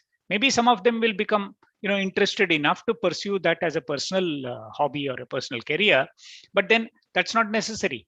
If you are listening to, let's say, an African music piece, or if you're looking at some South American music piece, can you associate yourself with it? Can you appreciate it? Can you reach a point where you say, no, this is not mine, this is somebody else's, right? Now this, I believe, is an essential seed in the entire process of cultivating global citizenship. But as children come to the high school, as children come into the colleges, as they start pursuing courses which require more in-depth study, exposing them to the issues connected with the world.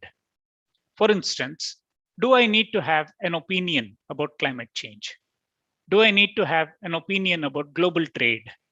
Do I need to have an opinion about the way mining or whatever other issues of development that we encounter? Do I need to form an opinion about, let's say, the political turmoil that might be happening in various parts of the world? Once children can read on their own, once children can access the internet on their own, seeking these opportunities, teachers can create forums, teachers can create activities, they can create projects, they can create opportunities where children are encouraged to formulate their opinions and to actually present, debate, and argue out these issues. In the process, what is happening is not only is their world perspective changing, but they are also becoming skillful at that. They are becoming good at not only appreciating things that are happening elsewhere, but also on defending their position against that. This is an essential part of the learning, to the extent that teachers are able to carve out time to break away from the syllabi, break away from the content that is there in their textbooks, and not allow their courses to become the only thing that they will transact with their children.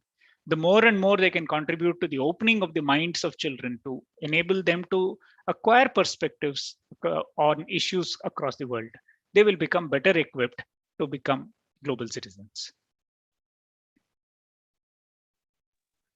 Thank you so much, sir. There is one question. Is there any need of common curriculum to achieve the goals of global citizenship education in our country? See, when we it all is a matter of trying to define what curriculum is, and most of us, when we use these words, we tend to combine or rather mistake curriculum for syllabus, syllabus for textbooks, textbooks for the course that you run in the school. Curriculum is the sum total of all the experiences that we will provide our children, which are age appropriate, which are dependent on the context in which we are. So if the children are learning different languages, they're participating in co-curricular activities, they're visiting places, they are watching various kinds of material on television, all of that is a part of the curriculum. So to the extent that children living in India are being exposed to things which Indian media, Indian circumstances outside are providing an opportunity for children to listen to that, see that, interact with those things, and then try and acquire a perspective. There is already a common curriculum.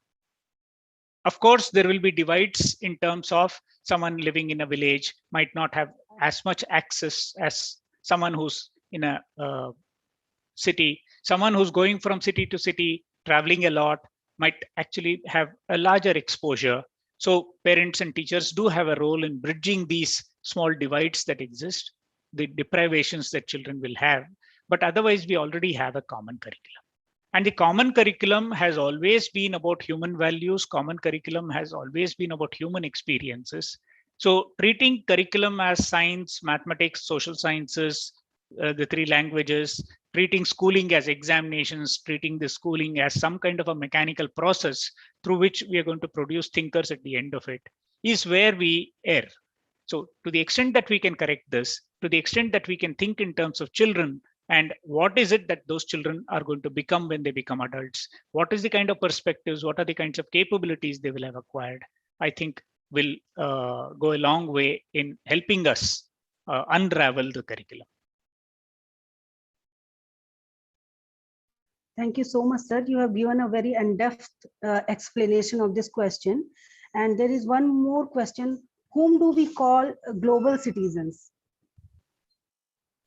And what are the qualities of global citizens? I don't believe that there is some special kind of benchmark on which we should measure ourselves. In fact, Dr. Verma, when he made his little presentation in the beginning, pointed out that the empathy that we have for other people, the sensitivity with which we can look at the problems that other people face, and don't let our own biases, don't let our own parochial mindsets to come in the way, to the extent that we are able to expand our horizons and start seeing problems as problems of humankind. If there is a dog suffering, if there is a cat suffering, if there is some, we are pouring polluted water into the ocean and the living beings inside the ocean are getting affected. If we can exhibit, if we can experience the same pain, the same sensitivity towards these issues, we have already set ourselves the goal of becoming a good citizen. And once you define yourself as a good citizen, the geographical boundaries or the borders of your state or religion or so on is immaterial. People are people. It doesn't really matter whether they were living in the United States or in the New Zealand or in Russia. So in a very similar manner, the fact that you only know Hindi or you only know Telugu or Tamil is your limitation. It is not something of a virtue that you need to be talking. Of course, we have not had enough exposures. Of course, we have not had an opportunity to learn many languages. But then the pains and aches that a person who's speaking Swahili, for instance, or Russian, for instance, is going to be the same as the a person speaking Hindi or a person speaking English.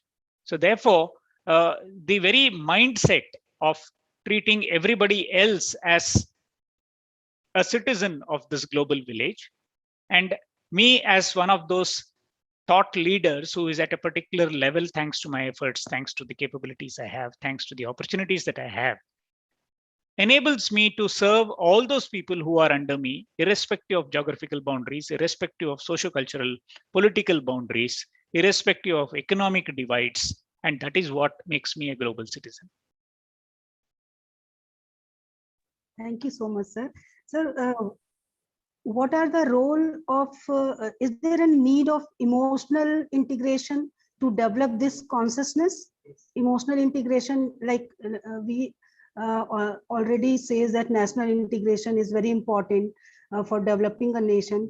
In the same way, what are the different roles of emotional integration that unite all the persons, and there is an equal opportunity for all, there is no problem, no barriers for the development of the individual? See, when your colleague was summarizing the 3 sessions, the paper presenters, she made a remark that she appreciated one of the speakers who spoke in Hindi and Hindi as a national language. I'm sure she did not mean anything more than this. But if you look at the 8th schedule of our constitution has 22 languages listed in that. So much so that there are 5 languages from the state of Sikkim, which are part of that list. Languages which we may never have heard of in our lives. Languages which we don't even know anything about. So finally, it is not the information that we have. It is not, the exams that we have passed or the degrees that we have acquired, but the emotional content of our lives, which is what education is all about. If all the knowledge in the world has made you such that you do not serve your people below you, if you are not able to empathize with the issues that people have, then you have not acquired education at all. So to me, education was not about literacy. Education was not about degrees. Education was not about passing particular courses and getting jobs as a consequence of those courses. It is the emotional content of that. And to the extent that our schooling system is somewhere coming in the way of the emotional development of children is something that all of us will have to pay attention to, correct, and help rectify. Because if all of us together are not in a position to take a stand on issues, if all of us are not going to help each other, then all this talk of global citizenship is meaningless. Do you have a global citizenship within your family? Are you able to be sensitive to the other members in your family? In a college where, let's say, 50 people are working, are these 50 people sensitive to each other's emotional needs? It's in these small drops that we are going to build up that larger context of what global citizenship is. And I believe it is ingrained in the very meaning of education itself, that education is of the heart. It is not just of the mind. And that is what almost every single philosopher across the world has been emphasizing. And therefore, to me, global citizenship was a very natural corollary of human beings trying to live together, living with each other. We have expanded the scope of that to include all other living beings, all other resources that Mother Earth has been able to provide us. Thank you so much, sir. It's a very beautiful explanation you have given to us. And there is one more question I would like to ask. You have explained this already, but it is our responsibility and it is not something different. If we ourselves become globally conscious, or if we develop the empathy, the sympathy for other people or other even inanimate or animate objects, so we definitely be the global citizen. So, sir, what are the different roles that according to you should we have or should we play to be or to achieve this goal of global citizenship education? Okay. You see, each of us, if I'll get back to the trapezoid model that I was trying to explain to you. Each of us have reached some layer in that as a consequence of our exposure of the opportunities that we have got. And each of us has chosen some vertical. For instance, many of us in this group who are now listening to me are in the teaching profession. And as teachers or as people associated with knowledge sharing, we have defined for ourselves certain responsibilities, certain scope of work, certain ways in which we would go about dealing with people who are the recipients of our activity. Now, it is likely that some of us are school teachers and we would be dealing with, let's say, 10-year-old children or 14-year-old children. Some of us could be in the undergraduate courses and would be dealing with 22, 23-year-old children. Some of us could be with postgraduate courses and be dealing with older children. Irrespective of that, we have an appreciation, first of all, of where are those children who are coming to us currently located. Where is it that I would like to take them to? What are those newer developments that I would like to see? And a good benchmark for that would be, if I am, for instance, a +2 teacher, the children who pass out of my school are going to be 18-year-old when they go out. They are to be declared as citizens of this country. They are already citizens. We are treating them as adults. We are giving them adult franchise. We are giving them the right to vote, the right to their opinion. They are to be treated no more as children, but as adults. Now, what does making of an adult mean? What are those capabilities? What are those sensibilities? What is the exposure? What is the reading that is required? What is the responsibility that this individual will take up? Some of these children are going to be married off that year, and those children are going to become mothers soon. Have we prepared them to become mothers? Have we prepared them to become daughters of another family? Have we prepared them to become wives or husbands? All of this is a part of education as we define it. And to that extent, the knowledge, the skills, the competencies, the abilities, the emotional values that we give them, the exposure to the societal constructs that we have, all of these play a very large role in developing a person. Now, we must argue with ourselves constantly that we have somewhere along the way allowed the syllabi, allowed the curriculum to play such an important role in schooling that we have become mechanical shops which use only the content which is to be given through that. For instance, social sciences, history. Why do you read history? Is it only because there is an examination at the end of it? Is that only because there is some selected pieces of information that has been put into those history textbooks? Obviously, there must have been a larger perspective that we should have acquired as a process of learning history. If we can manage to recover that professional space, I think we would have given adequate opportunities for our children to develop. Reading and writing they can do on their own. I mean, why are we trying to explain something to an undergraduate student? We should ask that fellow to go and read it. But engage in debate, engage in discussion, engage in demonstrating that knowledge that that person has acquired, engage in perspectives, in opinions, try and compare. After all, a student of economics in India is also a student of economics elsewhere. I mean, there is another student who is in North Korea, someone else who is in Australia, someone else who is in the UK. All of them study economics. Now, are there perspectives that you derive from that course? Have you understood how the economy works in your neighborhood? Do you understand how your parents earned and used their money? Do you understand how the country is using its money? Now, that is what the focus of all of this should be. So to the extent that we are able to beat the syllabus and the curriculum and not restrict ourselves to that, we will have carved out time, we will have engaged with issues which are far more relevant than what we have in the curriculum. Thank you so much, sir. It's a very great explanation, sir. And everybody, I think everybody can get the idea of global citizenship from your perspective, from everyone's perspective. Thank you so much, sir. Now over to Ujjwal, sir. Thank you, Abha ma'am. And thank you so much, sir, for clarifying the queries of participants. I'm sure that the queries have been aptly solved now.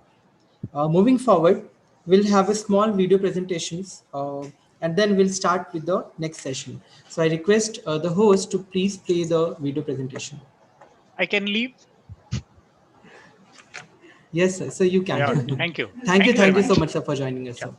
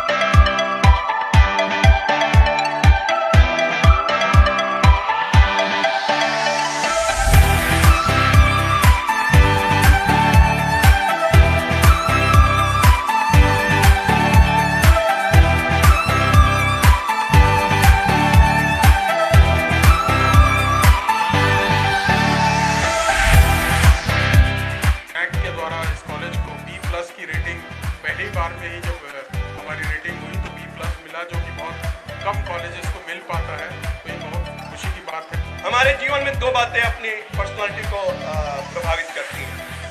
एक, जब हमारे पास में कुछ भी ना हो तो वहां पर पेशेंस कैसे रखें, और दूसरी बात, जब हमारे पास सब कुछ है तो हमारा बिहेव कैसा है। ये दो बातें हम बच्चों को संस्कार के मामले में ये सिखाने की कोशिश करते हैं। मैक कॉलेज ने 13-14 सालों में छत्तीसगढ़ में अपना एक स्थान बनाया है। ये हम सब के लिए खुशी की बात है, समाज के लोगों के लिए और बच्चों के और उनके पेरेंट्स के लिए ये गौरव की बात है कि आपके बच्चे मैक कॉलेज में पढ़ते हैं और मैक कॉलेज ने अपना एक नाम कमाया है। इसके लिए मैं आपको बधाई देता हूँ।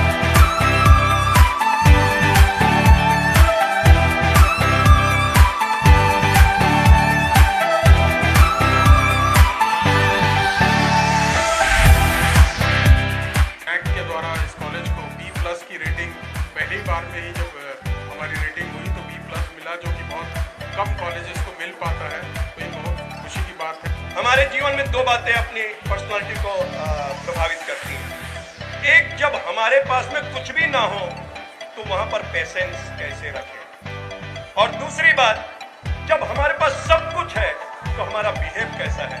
ये दो बातें हम बच्चों को संस्कार के मामले में ये सिखाने की कोशिश करते हैं। मैक कॉलेज ने 13-14 सालों में छत्तीसगढ़ में अपना एक स्थान बनाया है। ये हम सब के लिए खुशी की बात है, समाज के लोगों के लिए और बच्चों के और उनके पेरेंट्स के लिए ये गौरव की बात है कि आपके बच्चे मैक कॉलेज में पढ़ते हैं और मैक कॉलेज ने अपना एक नाम कमाया है। इसके लिए मैं आपको बधाई देता हूँ।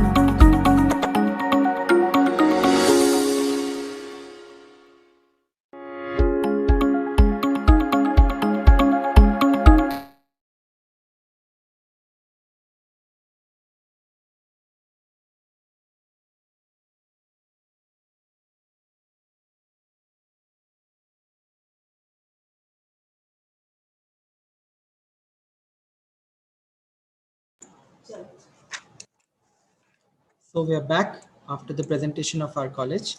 Moving ahead, we are now in the session 2, the second session of today's schedule. So this will start with the paper presentations. We'll have again 3 paper presentation of Mr. Ojas Dubey, Ms. Abhishika Patel, and Ms. Anunagi. So it's a request to be prepared and complete their presentations on the stipulated time of 5 to 7 minutes. So first of all, I request Mr. Ojas Dubey. So Ojas, Mr. Ojas, are you ready for the presentation? Yes, sir. Yes, sir. I would like to share my screen, then I'll start. So please allow me to share my screen.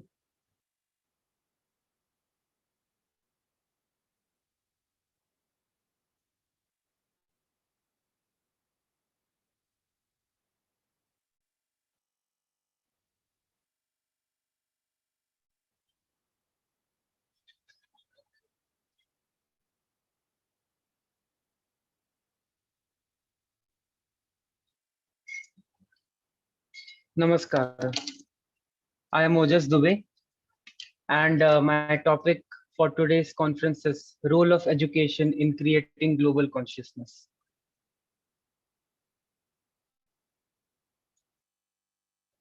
So what we now call education may be a matter of accumulating information and knowledge from books, which anyone can do who can read. Such education offers a subtle kind of escape from ourselves, and like all escapes, it inevitably creates increasing misery. Conflict and confusion result from our own wrong relationship with people, things, and concepts. And until we understand that relationship and alter it, mere learning, the gathering of facts, then the acquiring of varied skills can only lead us to engulfing chaos and destruction. While it's obviously necessary to understand the way to read and write, and to understand engineering and other professions, will technique give us the capacity to know life? Surely, technique is secondary. And if technique is the only thing we are striving for, we are obviously denying what's by far the greater part of the life. Education at present is goal oriented. What we are learning is not significant. What is significant is the assessment that will come a year or 2 years afterwards. It makes the future vital, more vital than the present. It sacrifices the current for the future. And that becomes our very approach of life. We are constantly sacrificing the movement for something which is not present. It creates a terrific blankness in our lives. Education should be a pleasurable choice, not a habitual extruder, through which every child has come out in a definite shape. Right now, unfortunately, our education systems have not done this. So what is the true purpose of education? Education is not bringing stillness and calmness and blissfulness to people. There is something absent in it. It is only education in subjects that which do not touch our inner being at all. They may make us doctors, engineers, professors, but do they give us the insight that can form a Gautam Buddha in us? The proper meaning of the word education is to draw out. But all that so-called education does is to force in from outside. Rented knowledge is being forced into the brains of blameless children. And education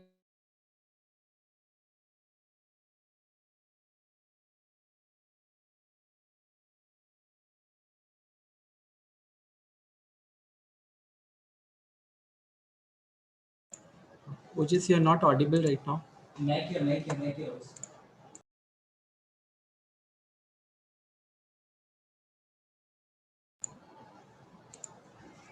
Ojas, you're not audible. Ojas, please unmute yourself.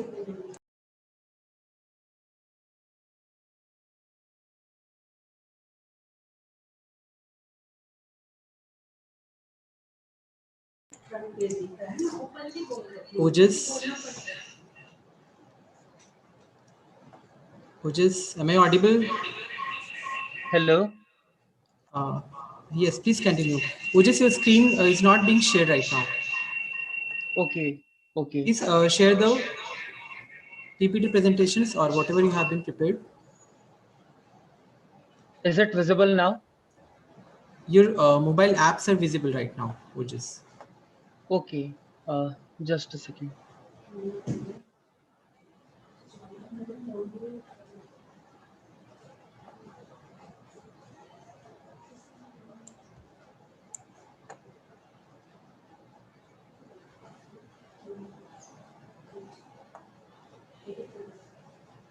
Is it visible now?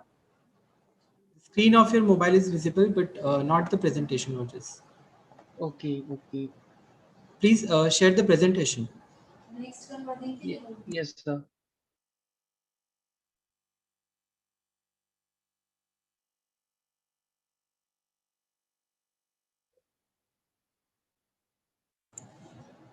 You can continue without presentation also, only with the audio also. Yes, sir. Okay, sir. I think I should continue like this. Yes, please go on.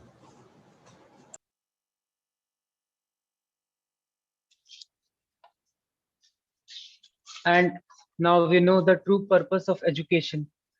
So we should also know that what is the right kind of education.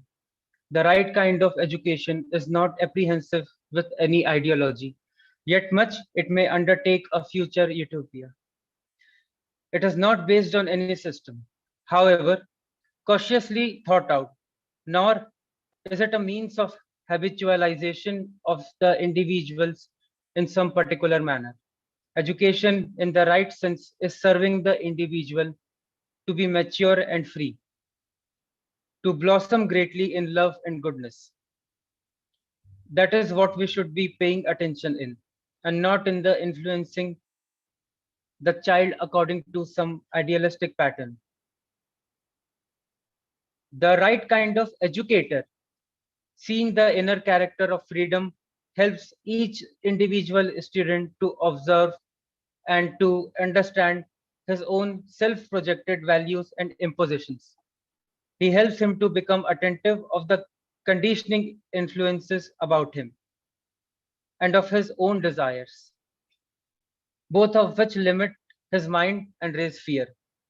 He helps him as he grows to adulthood to observe and understand himself in relation to all things. For it is the longing for self fulfillment that brings never ending disagreement and distress. So now we have to move from a system to a process. So now I introduce a 5-tier educational process.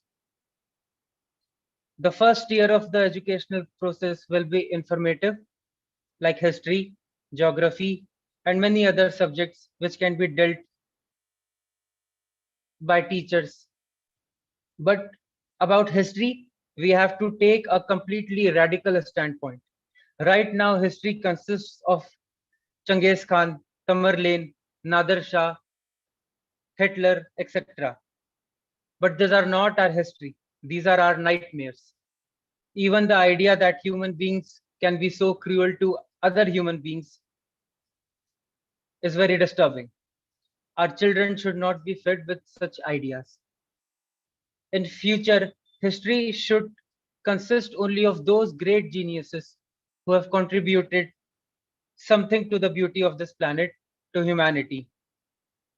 A Gautam Buddha, a Socrates, great mystics like Jalaluddin Rumi, J. Krishnamurti, great poets like Walt Whitman, Omar Khayyam, and great literary figures like Leo, Maxim, Rabindranath Tagore, and Basho. We should teach the positive grandeur of our inheritance with footnotes about people who have been counted up to now as historically great men. People like Adolf Hitler. They can have only a place in the footnotes or an appendix with a clear explanation that they were either insane or suffered from an inferiority complex or some other disorder. We have to make the future generation completely aware that a dark side existed in the past and dominated the past. But now there is no place for that side. In the first tier, also comes languages. Every person in the world should know at least 2 languages. One, his mother tongue, and the other can be English, as English is an international vehicle for communication.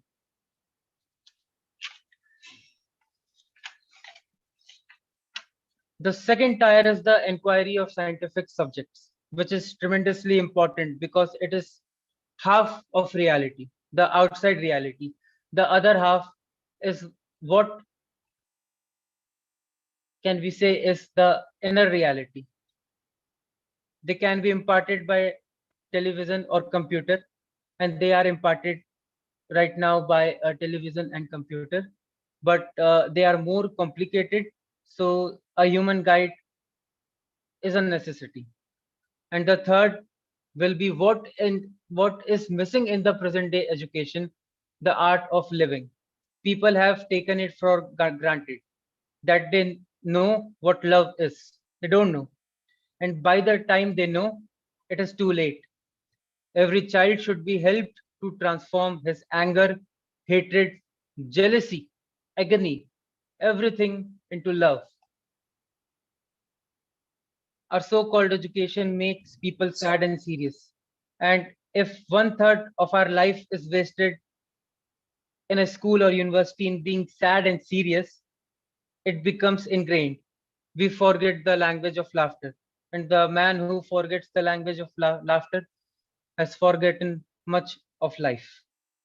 So love, laughter, and an acquaintance with life and its wonders, its mysteries. These birds singing in the trees should not go unheard. A relevance of life should be the foundation of the third tier. The fourth dimension should be the art of creativity, like painting, music, craftsmanship, pottery, masonry, blogging, vlogging, anything that is creative. All areas of creativity should be allowed and the students can choose. There should be only a few things compulsory. For example, like an international language. A certain creative art should be compulsory. We can choose through the whole rainbow of creative arts. Because unless a man learns how to create, he never becomes a part of existence, which is constantly creative. By being creative, one becomes divine. Creativity is the only prayer. And in the fifth tier will be all the meditations. And the fifth tier will be the art of dying. So that we can know that there is no death. So that we can become aware of the eternal life inside us. This should be absolutely essential because everybody has to die. Nobody can avoid it. And under the big umbrella of meditation, we can be introduced to Zen, to Tao, to yoga, to Hasidism, to all kinds and all possibilities that have been existed, but which education has not taken care of. So the conclusion is this 5-tier educational process, not the education system, the education process will make children a loving being. Thank you.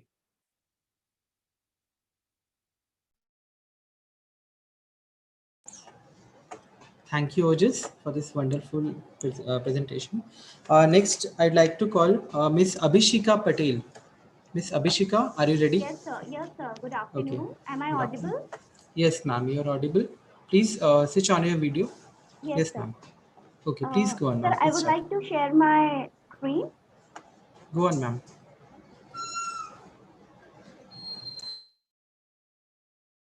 Screen is visible, sir? Yes, ma'am, it's visible. Okay. Shall I start my presentation? Yes, ma'am. Yep.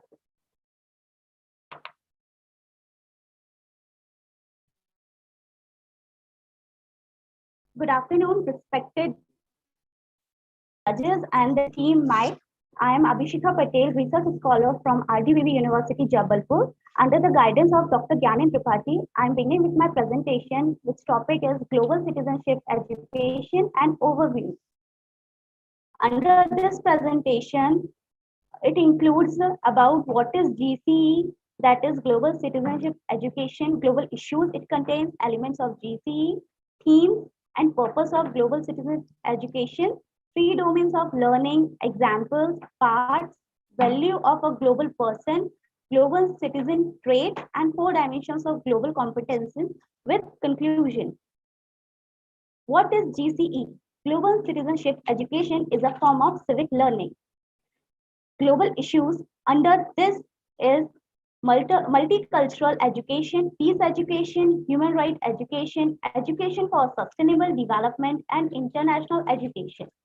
Social, political, economic, or environmental nature, holistic perspective focusing on understanding the self in relation to a global community. Elements of GCE. There are 2 elements, that is global consciousness and global competencies. Under global consciousness, the moral or ethical issues of global aspects are discussed, and under global competencies, skill meant to enable learners to participate in changing and developing the world. Themes of education for global citizenship are value education, peace education, human rights education, and citizenship. Under these, value education, peace education are the studies of the cause of conflict and its transformation and other global issues. Human rights education is about critical thinking, empathy, avoiding stereotyping and exclusion, and the concepts associated with human rights and responsibility. Citizenship, under this, civil education is considered. Purpose of global citizenship education is to impart the knowledge, skill, values, and attitudes necessary to help promoting tolerance, equity, and peace in the world, to empower learners of all ages to assume active roles both locally and globally in building more peaceful, tolerant, and inclusive, secure societies. 3 domains of learning are cognitive, social, emotional, and behavioral, which GCE is based on. Examples of GCE are your home, workplace, literal neighborhood, and a school. Parts of global citizenship are civic responsibilities, cultural awareness, the environment, the global economy. Values of a global person, empathy towards others, curiosity, and the desire to learn more about the world, commitment to social justice and equity, concern for the environment, and commitment to sustainable development. Duties including respecting others, obeying rules and laws, and setting a good example to others.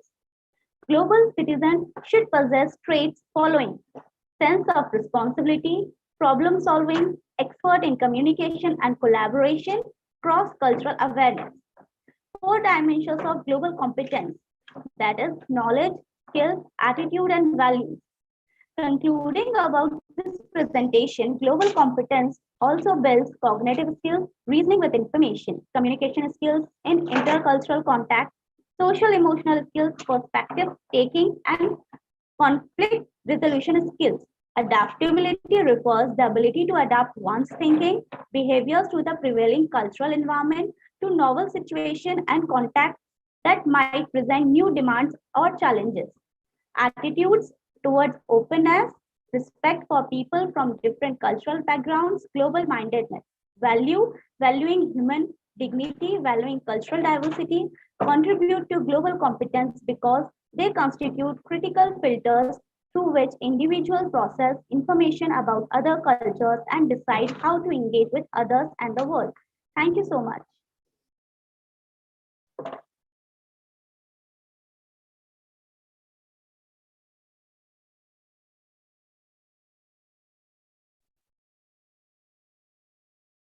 Hello. Thank you so much, ma'am, for this wonderful presentation. Thank you so much, sir. For the next presentation, I'd like to call Miss Anu Nagi.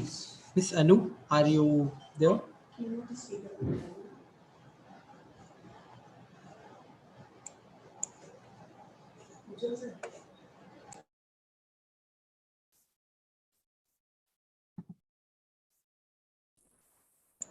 Thank you so much, Ujjwal sir.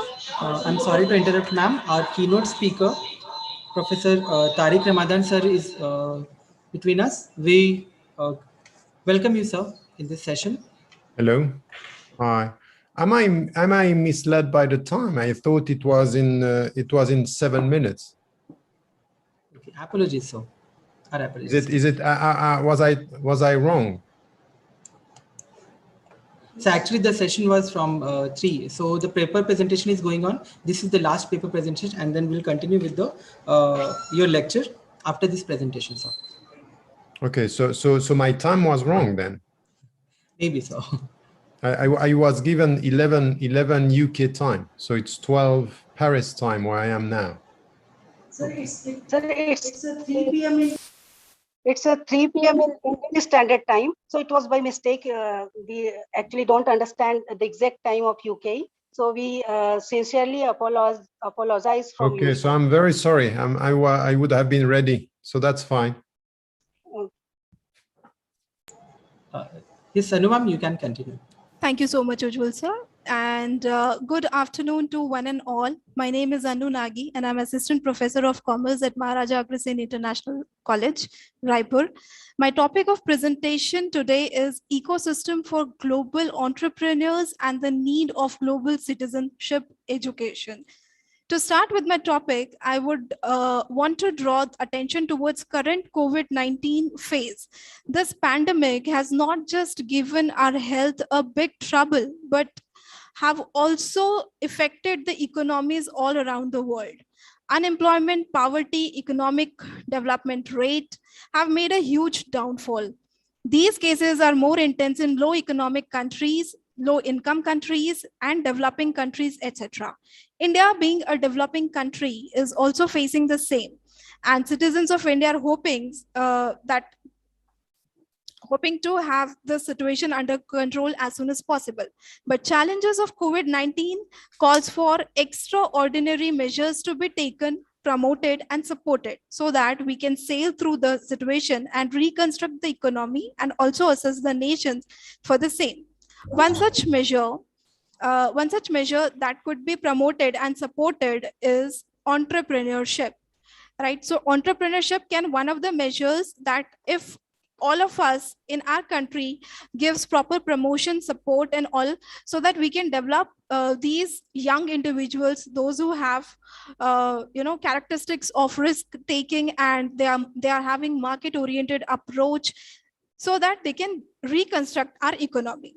Christopher Molaro defines entrepreneurship as entrepreneurship means being the one that is willing to take a leap, work hard enough to sacrifice everything else around, all in the name of solving problem because no one else is capable or possesses the desire.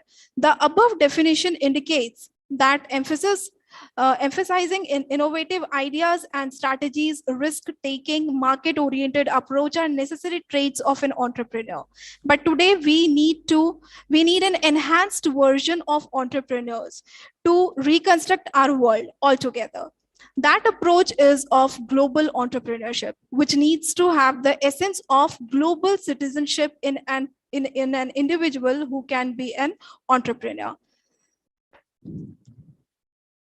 A global citizen is a person who is aware about the world's events, crises, and needs. He is empathetic towards others. He has a respect for diversity. He believes in equity, peace, and have tolerance for the diversity. He aims for contributing in sustainable development. And most important, he's a responsible citizen of the world and treats the whole world as a global village. From the above, we have an idea how important is the global citizenship education for the global entrepreneurship and the development of countries, because both of it create a proper ecosystem that can bring sustainable development. So this slide presented here, it deals with all the positive impacts of global citizenship education on global entrepreneurship and eventually on the countries around the world. It would bring awareness, it will bring market approach for the entrepreneur. It will attract the availability of funds from all around the world. It can provide technical assistance, collaborations, cross-cultural awareness, expanding exports, which will lead eventually to favorable balance of payment, and it will definitely lead to enhancing or increasing the standard of living. So with the hope that the presentation and today's topic have enlightened the major concerns of ecosystem and how the global entrepreneurship and citizenship education can make a difference in making a strong economy around the globe, that can harmonize the market forces, that can help us expedite economic reconstruction and help us in reconstructing our economy in our nation and around the world by helping out and cooperating other nations as well post-COVID scenario. We will definitely be able to harmonize the market forces and achieve the goal of sustainable development. With that, I come to an end of my paper presentation, and I thank this platform for giving such an opportunity to me. Thank you so much and have a good day. Thank you so much, ma'am, for this wonderful presentation. Moving further, it's time for the keynote speaker, the lecture of the keynote speaker of the second session. And now I'm honored to present the introduction of our keynote speaker for this second session, Professor Tariq Ramadan. Professor Tariq Ramadan is Professor of Contemporary Islamic Studies at the University of Oxford and also teaches at the Oxford School of Theology. He is visiting professor at the Faculty of Islamic Studies, Qatar, at Mundiapolis University, Morocco, where he teaches philosophy, and at Perlis University in Malaysia. He is also Senior Research Fellow at Doshisha University in Japan and Director of Research Center on Islamic Legislation and Ethics in Doha, Qatar. He has a master's degree in French philosophy and literature and a doctorate in Arabic Islamology from the University of Geneva. He underwent intensive training in classical Islamic studies with scholars from Al-Azhar University in Cairo and obtained 7 ijazat in 7 different disciplines. He contributes by his writings and his interventions to the debate on the question of Muslims of the West as well as to the renewal of Muslim world. Expert consultant in various committees attached to the Parliament of Brussels, he actively participates in associative as well as academic work in the fields of theology, ethics, social justice, ecology, and interreligious dialogue. He is also president of organization, think tank and action group, European Muslim Network, EMN known, in Brussels. He is a member of World Union of Muslim Scholars and he also published many books in French. We welcome you, sir, in this second session of International Conference. Thank you so much for your invitation. Sorry for the misunderstanding about the timing and the schedule. I would have been ready. Anyway, how much time do I have for my paper? So you have 45 minutes, sir. Okay, that's fine.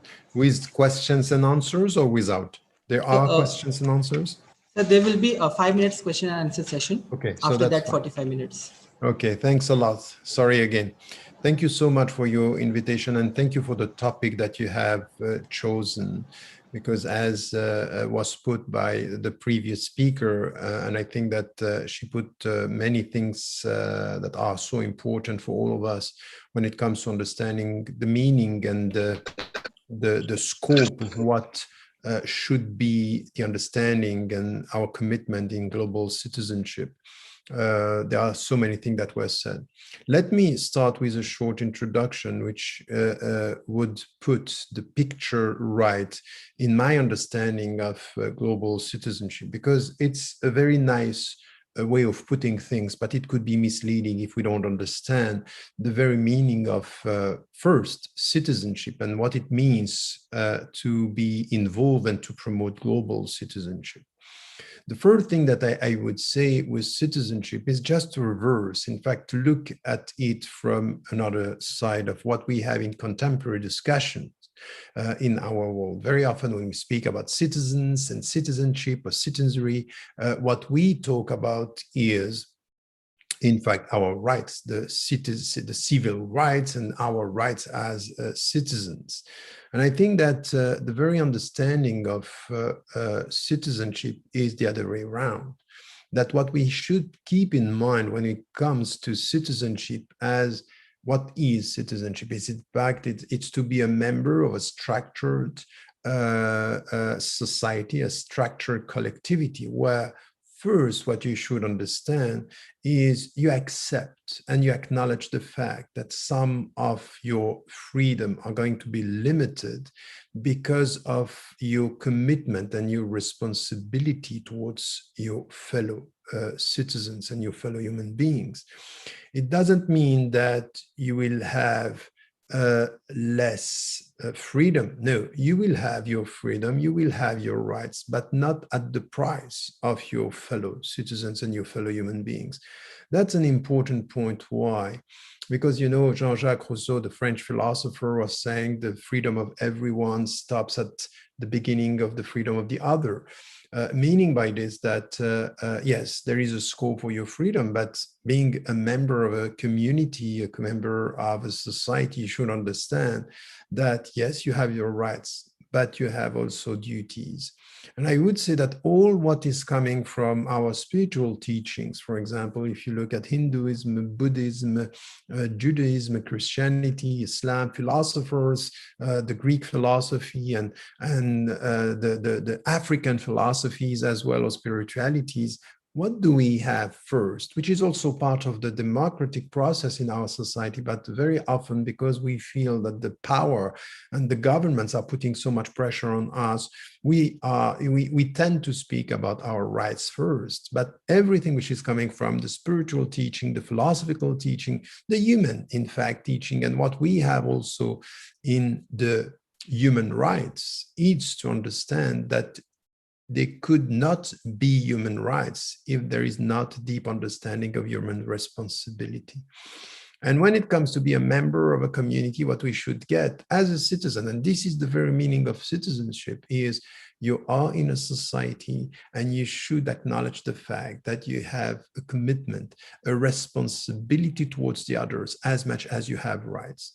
And that's also something which is, you know, Gandhi, when he was asked in the 40s about the declaration, the Universal Declaration of Human Rights, he sent back a message when he was asked about his opinion. He said, you know what, my mother taught me that for every right you have, there is a duty. That's the point. That's the point. If we speak about global citizenship, we should also have this understanding, this vision of our presence in the world.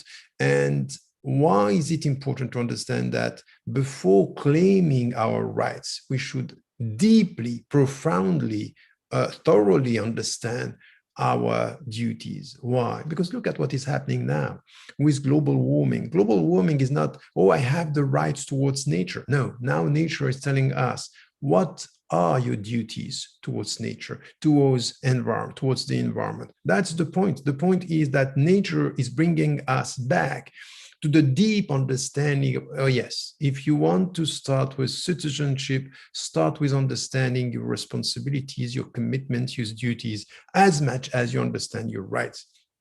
And it's a question of balance. It's a question of a global understanding. And because of this, because of this deep and very critical understanding of what citizenship means, this is why I understand that we're not talking about global citizenship at the price of the local citizenship, not at all. There is, and the first scope of your citizenship is to be aware of your society, the people very close to you, because you know what? If global citizenship is the way to speak about the heart, while local citizenship is the way to speak about the legal dimension, duties and rights, that could be misleading, because very often people are ready to be very, very full of empathy with people, with what is happening in Haiti now, with what is happening in Afghanistan, with what is happening around the world, but they are not committed in their society. They don't look at the people just close to them in their streets, in their neighborhood. That's the, you know, having an open heart far and a close and a narrow sighted vision of what is happening around you. It's misleading. So it's this blindness to what is happening around you and open heart to what is happening far from you, it's not helping. And once again, because you get the right understanding of citizenship, you should have you should get the right understanding of your commitment. And your commitment is, as much as you are involved at the local level, you are going to be involved at the global level. It's your commitment to what is happening around you, plus the commitment to what is happening far from you. Why? Because you understand that what is happening close to you is connected, interdependent with what is happening far from you. That's essential. That's important for all of us to understand why we are talking about global citizenship, and it should be put the right way. And what do I mean by being committed close to yourself? All the, the philosophy, social philosophy, political philosophy, even our economic commitment, financial commitment, our understanding of our societies. Okay, don't be for diversity in India and forget about diversity in the UK if you live in the UK. Don't be for diversity in Afghanistan and forget about diversity in India if you are an Indian citizen. Start with yourself, start where you are, with yourself, close to yourself now. And this is your commitment. This is the understanding of citizenship. The true citizenship is about knowing your and be aware of your duties towards your society. And this is where when the previous speaker was talking about, it's about tolerance, it's about respect, it's about, I wrote down respect, equity, and awareness and empathy. Yes, but before the empathy, which is far-reaching, let us speak about what are the conditions of global citizenship. The condition of global citizenship is first and foremost three things. The first is to start with your right, your duty, and know your rights. So not your duties at the price of your rights, and not your rights at the price of your duties. It's giving and taking.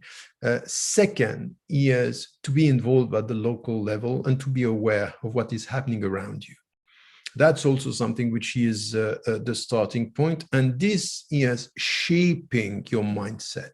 If you look, for example, about the injustices that you are dealing with day in and day out in your own society. What about poverty in your own society? What about discrimination in your own society? What about racism in your own society? What about waste and attitude and the reality of the job market in your own society? What about the reality of the democratic process at the local level? What about equity and justice at the local level? So this is where we need to shape this mindset and to educate this mindset. So I would say that any education towards global citizenship should start with, okay, get the vision. It's about commitment. It's not about open heart, about the rights of the other. Is close and deep consciousness about your own duties and the duties of human beings today when it comes to the reality of the world. The world needs human beings that are aware of their duties, not only an open heart towards the rights, their rights and the rights of the other. So that's what we have to do. And I would say that in any university, any school, any college, any educational institution, what should be part of the whole education is about, okay, now get it right. If you want to go beyond selfishness, if you want to go beyond your, this vision that we have now in the education, it's all about my success is to get my job and my salary and a good family and a good house and a good car. That's this resistance to selfishness. It's part of the whole process of shaping the mindset is, okay, yes, I think that you should be the first at school. I think that you have to be successful, but not without caring about the one who is the last.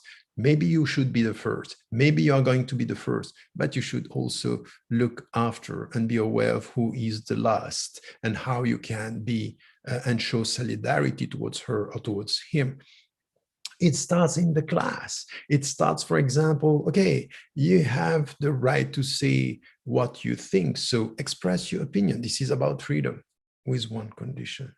You should be trained to listen to what the others have to say in class, with the other, in your own family, in your own class. So it's an education that starts very close, in the very close reality around you.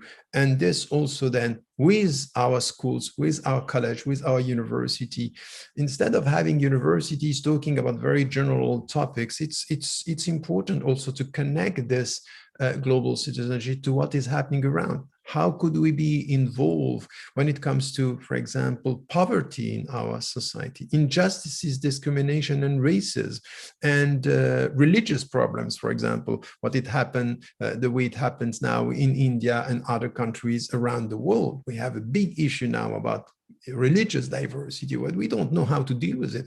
India was a model of this for centuries, and now look at what is happening. Look at what is happening in so many African countries. They had no problem with religious and cultural diversity, and now the world is global and our understanding is narrow. It's narrowing even to, oh, my identity, because I'm losing my milestones and my yardsticks and my principles in the global world. I tend to come back to something which is, oh, my small world and my small understanding. I think that this is really problematic in our understanding today. So it starts, as I said, in our schools, our universities, to open up the minds of our fellow brothers and sisters in humanity, because at the end of the day, this is also something which is important towards your brother and your sister in humanity. You understand it's not only a question of love, it's a question of mutual respect and duty. Mutual duties that we have towards the people that we love and the people that we respect. So once again, it's, as I said, we have to work on this, shaping a mindset, shaping understanding at the local level, and at the local level to be involved. So global citizenship to be something which is going to be effective in your mind and with your mind and your consciousness at the global level should have its foundations in something which is very practical at the local level. So no, to be very theoretical at the global and absent at the local is not going to work. To be very practical, very committed, very much there at the local level will give you a sense of the direction that you have to follow at the global level, because you get it, you understand what it means, you know how it works at the local level. You can see what is the very meaning of poverty and discrimination and ignorance at the level, because so many people today have no schools, no education, no food, nothing. We are talking today about, what is happening in Afghanistan. We talk about the intellectuals and we talk about the journalists, we talk about women, while now the drought is just putting the population in a situation where they don't even have to eat. So we decide our priorities when it comes to help people, while they have other priorities in their daily life. They are the first victims of the global warming, much more today than only the situation of war. So the population is now slowly dying, and we only think about our interest and the visible people that have some concerns about our understanding what are the priorities. You know what is important is intellectuals and women in Afghanistan. If you are there, you understand there is a bigger issue that started not because of them, because they are the first victims of a way of life that is destroying nature and the environment. That's the reality of it. We don't talk about this. It's none of our business today. And I would say that this is a problem. This is a deep problem today. So as I said, the first condition is this, and to be practically committed, what we want to see now is students and women and men very much nurturing this open heart towards their fellow human beings, but committed at the local level, committed in their society. For what, in fact? And you know, the series of conditions, for example, respect, equity, and solidarity, peace, and tolerance. I think that, once again, if we speak about duties before rights, it's important not to put the heart before the reason. Reason comes first when it comes to respecting the people. In which way? In the way, oh yes, we have to show solidarity. We have to show respect. I would say that you have to go beyond even tolerance by respecting the presence of our fellow brothers and sisters in humanity, with their diversity, with their religions, with their culture, with their philosophy. All that is fine.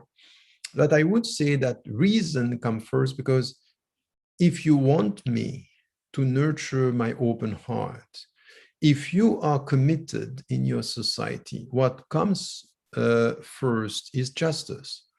Justice is a condition of peace. Justice is a condition of equity and empathy and everything. So if you deal with your society, we have to not only say, okay, have an open heart towards discrimination and racism, but no, you have to deal with the legal system in your society, with legality. For example, in South Africa, and even today in some countries, in some areas in India, if you come with the open heart and speaking about, oh, religious diversity, let us come together.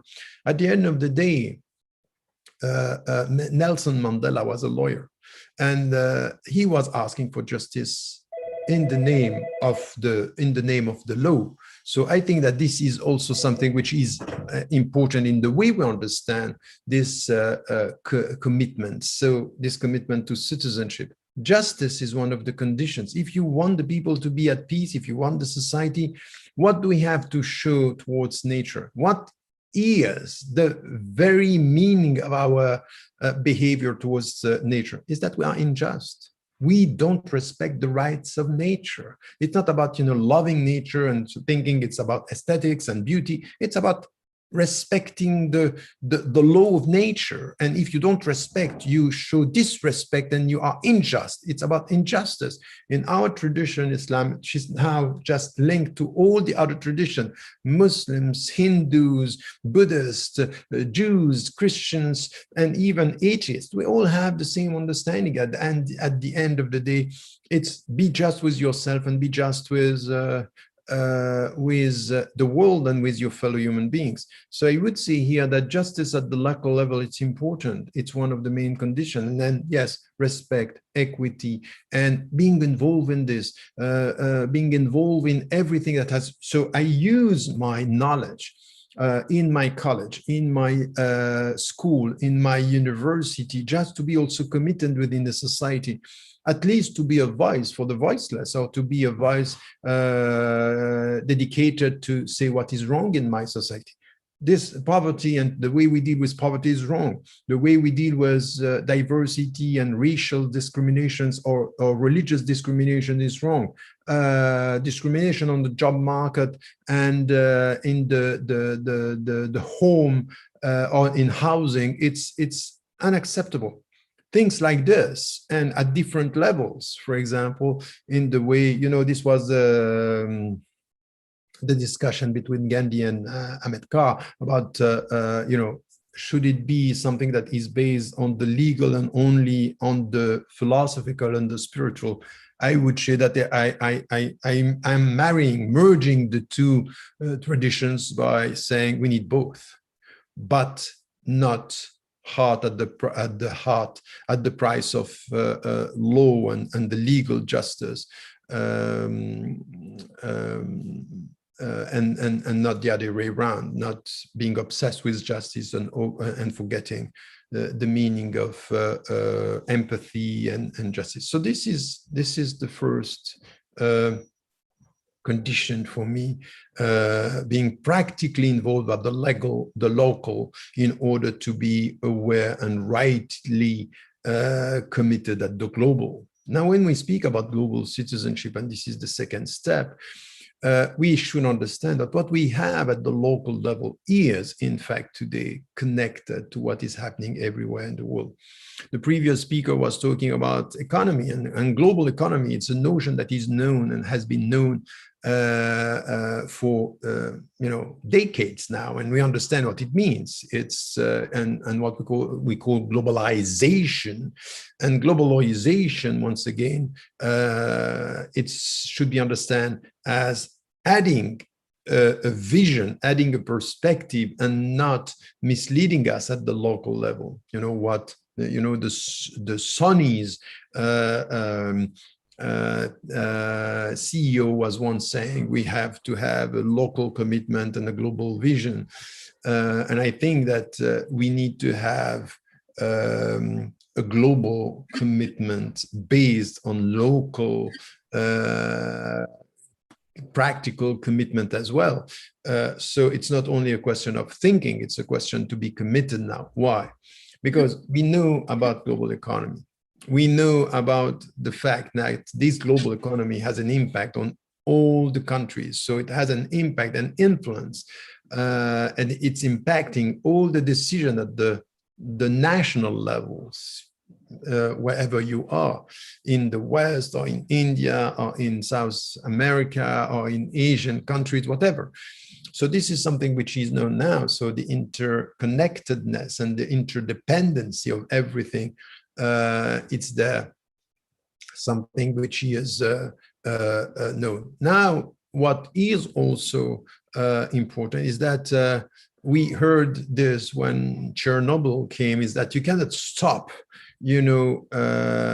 pollution. You cannot stop the impact of the nuclear catastrophe that we had at that time, meaning that now when it comes to environment, there is no borders, there is no country. Whatever is happening, and what I was saying about Afghanistan, they have a very modest way of life, but it's what is happening there is the consequence of our way of life around the world. They are not polluting the world. They are not. They don't have the American way of life, which is now having an impact on the poorest countries in the world. So it's connected once again. And when for example, the way wealth is shared around the world, that's all fine. But what we see is that 1% of the richest people in the world are destroying 40% of all our natural wealth. And then we come to the poor countries and say, you know what? For the future, you need to have less children because it's going to be a catastrophe. No, what is a catastrophe is not our children. What is a catastrophe is the fact that the richest countries don't want to share with the poorest. So we understand that it has a consequence on your baby. It has a consequence in the way you are going to raise and educate your children in your country because of the way of life, and because now the American and the Western way of life in the most industrialized societies is having an impact everywhere around the world. Drought here, floods there, all what we know today. So having this understanding that everything is connected around the world is it's for us now. Say, okay, I'm committed, and I'm practically committing, daily committed at my level. I do whatever I can to face and to resist injustice, discrimination, racial issues, and whatever. And at the same time, now I try to have a better understanding. This is where it's important to get a sense of how things are connected. But when it comes today, we are talking about global economy. The global warming, for example, once again, global warming, global economy. Now we have global disease, the pandemic. It's a global pandemic. In fact, it's the borders are not stopping anything in all this when it comes to the reality of the life of the people. And then we have to add global human rights, because what we see today is that human rights and Amnesty International, Human Rights Human Rights Watch and other organizations are talking about what is happening around the world. So we need to get this as something which is essential. And why? Having all this in mind, understanding all this, it's important when we are going from local citizenship to global citizenship. It's important. Why? Because in fact, what we see, and I would tell you something which is in my life, I repeated this many times to Muslim audiences by saying I was myself misleading because we were so much targeted in our Western society that I was keeping and I kept on repeating, we have to be citizens and committed in our society. And that's fine, that's good. But I realized and acknowledged at one point that in fact, we have to be very cautious because this local citizenship, if it takes precedence over everything else, this could end up for you being quite selfish and to end up, oh, my identity, my society, my nation, my people, and you end up promoting nationalisms, you end up promoting some far-right ideologies, and in fact, you people, you citizens, end up being more important than other human beings. And then, you know, based in Europe, based in, you know, have been working between the States and European countries. I'm based in the UK. In fact, you end up realizing that the way they are looking, some of my fellow citizens are looking at the immigrants, the people who are dying in the Mediterranean Sea, is as if they were less than them. So by promoting citizenship, you diminish Already joined. I'm listening to that your lady. Sorry? So there is somebody speaking, so I don't know if I have to respond, but my point was, by promoting citizenship, you diminish your understanding of fellow human beings. And it's as if humanity, our common humanity, is less than our common citizenship. And that's a problem. So the global here is helping us to give the right dimension. My citizenship at the local level is to get a sense of my duties towards others, and at the same time to protect my rights. But the global citizenship is to remind me, look, you are a citizen in one country, in one society, in one community, but your commitment is and has to be for humanity. So global citizenship is to put it's put things right by reversing again, by saying, okay, now we have to understand at the global level that what matters is our common humanity. And our common humanity is going to be destroyed. This one humanity is going to be destroyed because everything now, all the catastrophes and the impact of the global economy, the global warming, the global pandemic, the global injustices and discriminations that we are witnessing today around the world is going to have an impact on your life at the local level. So it's a boomerang, it's coming back to you.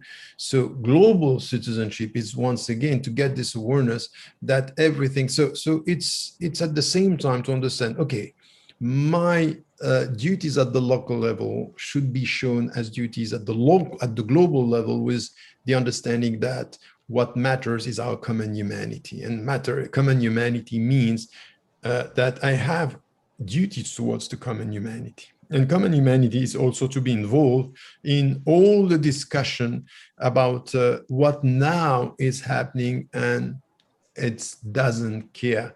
It doesn't consider borders and countries. As I said, the global economy is in impact. The global warming is just destroying people who are even the poorest people, who are doubly victims. They are victims of our way of life in the West, and they are victims at the local level with the natural catastrophes as we see it today.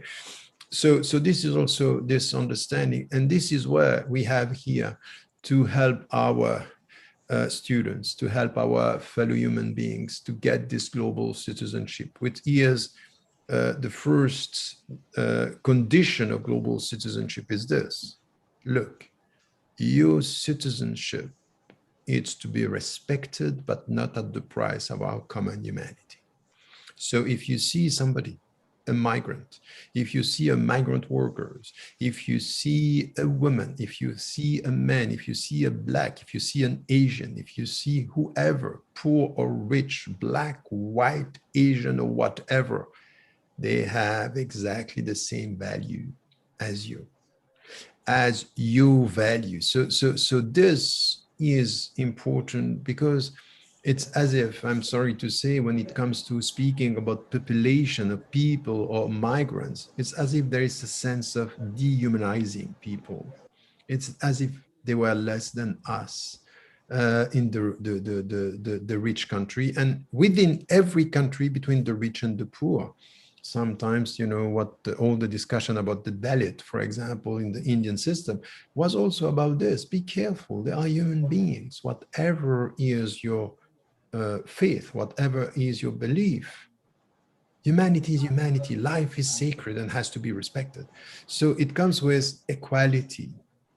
Second condition of global citizenship is one, humanity, equality between fellow human beings. This is one. The second is life is sacred. And when I say life, I'm not talking only about human life.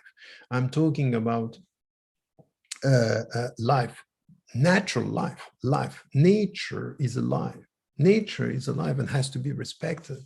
It has to be respected because, in fact, there is no future for us without respecting nature. So it's the third element coming between, you know, we had, as Searle, the philosopher, was saying, is that there was a natural relation, legal relationship between a man and another man. But now there is the third actor in the whole process, which is nature, the environment, where in fact the relationship is played. You have to consider this, because if you destroy the ground where you are talking about your rights, you are going to disappear with the ground. So you are going to disappear with the environment. So the natural contract has to be added to the legal contract between human beings. So we have here to show our commitment. And this is the second, which is life is sacred. With this, we have to add a third condition of global citizenship, which is based, as I said, on our commitment to be the voice for the voiceless everywhere. As soon as you are educated, as soon as you can speak out and you can write or you can say something, your voice should be heard. Added to what you are doing at the local level, your voice should be added to the concerts of voices around the world, speaking, for example, about apartheid, speaking about injustices, speaking about global economy that is destroying the world, speaking about this new neoliberal system that has no soul, no principles. It's all about interest and money. What we are worshiping today is money, is not to respect human beings. So in the name of our worship of money, we disrespect and dehumanize two-thirds of humanity.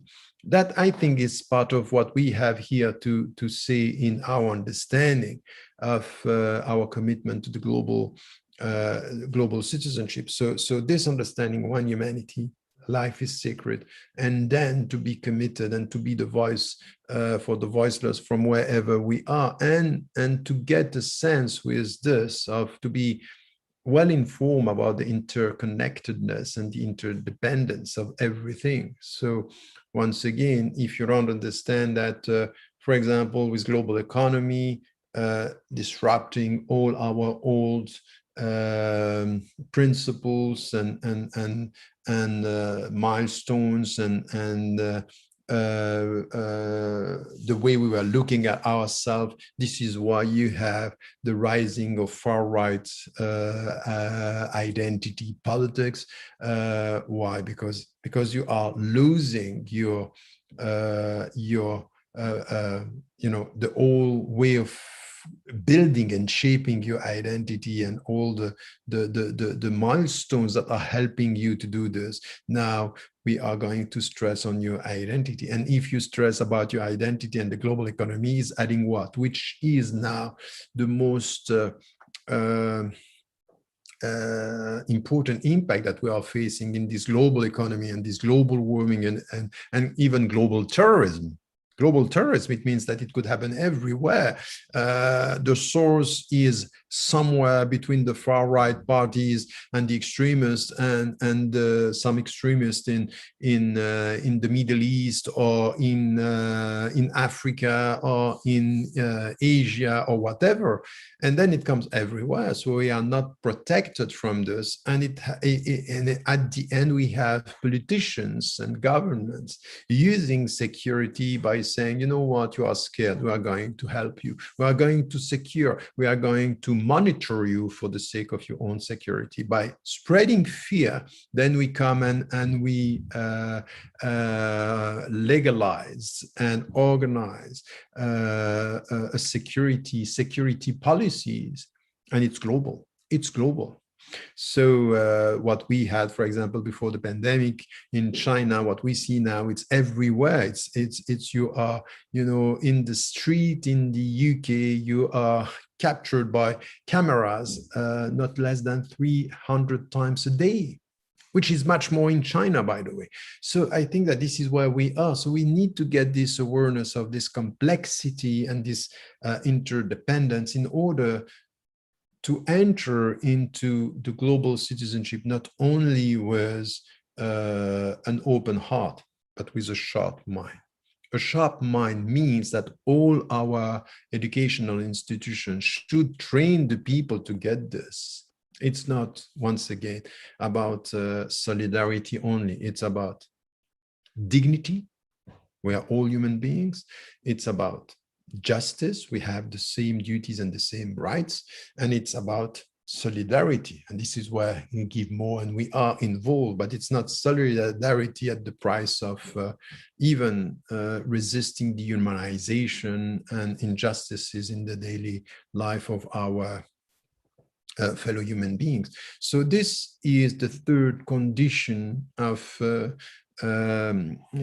global citizenship, and it's needed in the world, as you put it in your title. It's this, in this day and time, in this scenario today in the world the way it is, we need to be involved.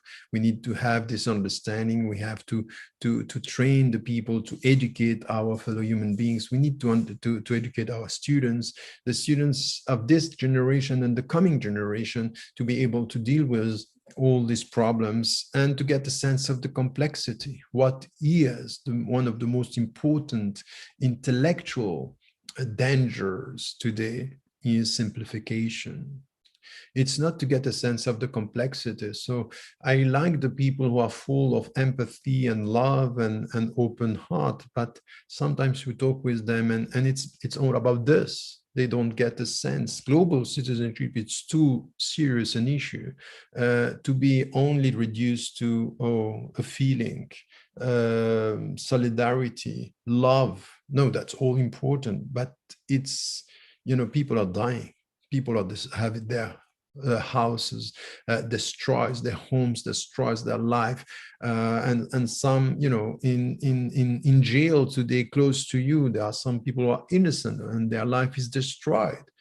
We just heard about, you know, people who are lecturing us about, you know, human rights. They're having Guantanamo people who have been there for 15 years, almost 20 years, and they have not been prosecuted. They are innocent even, and they have nothing against them. And you can see this everywhere in the world. Some are.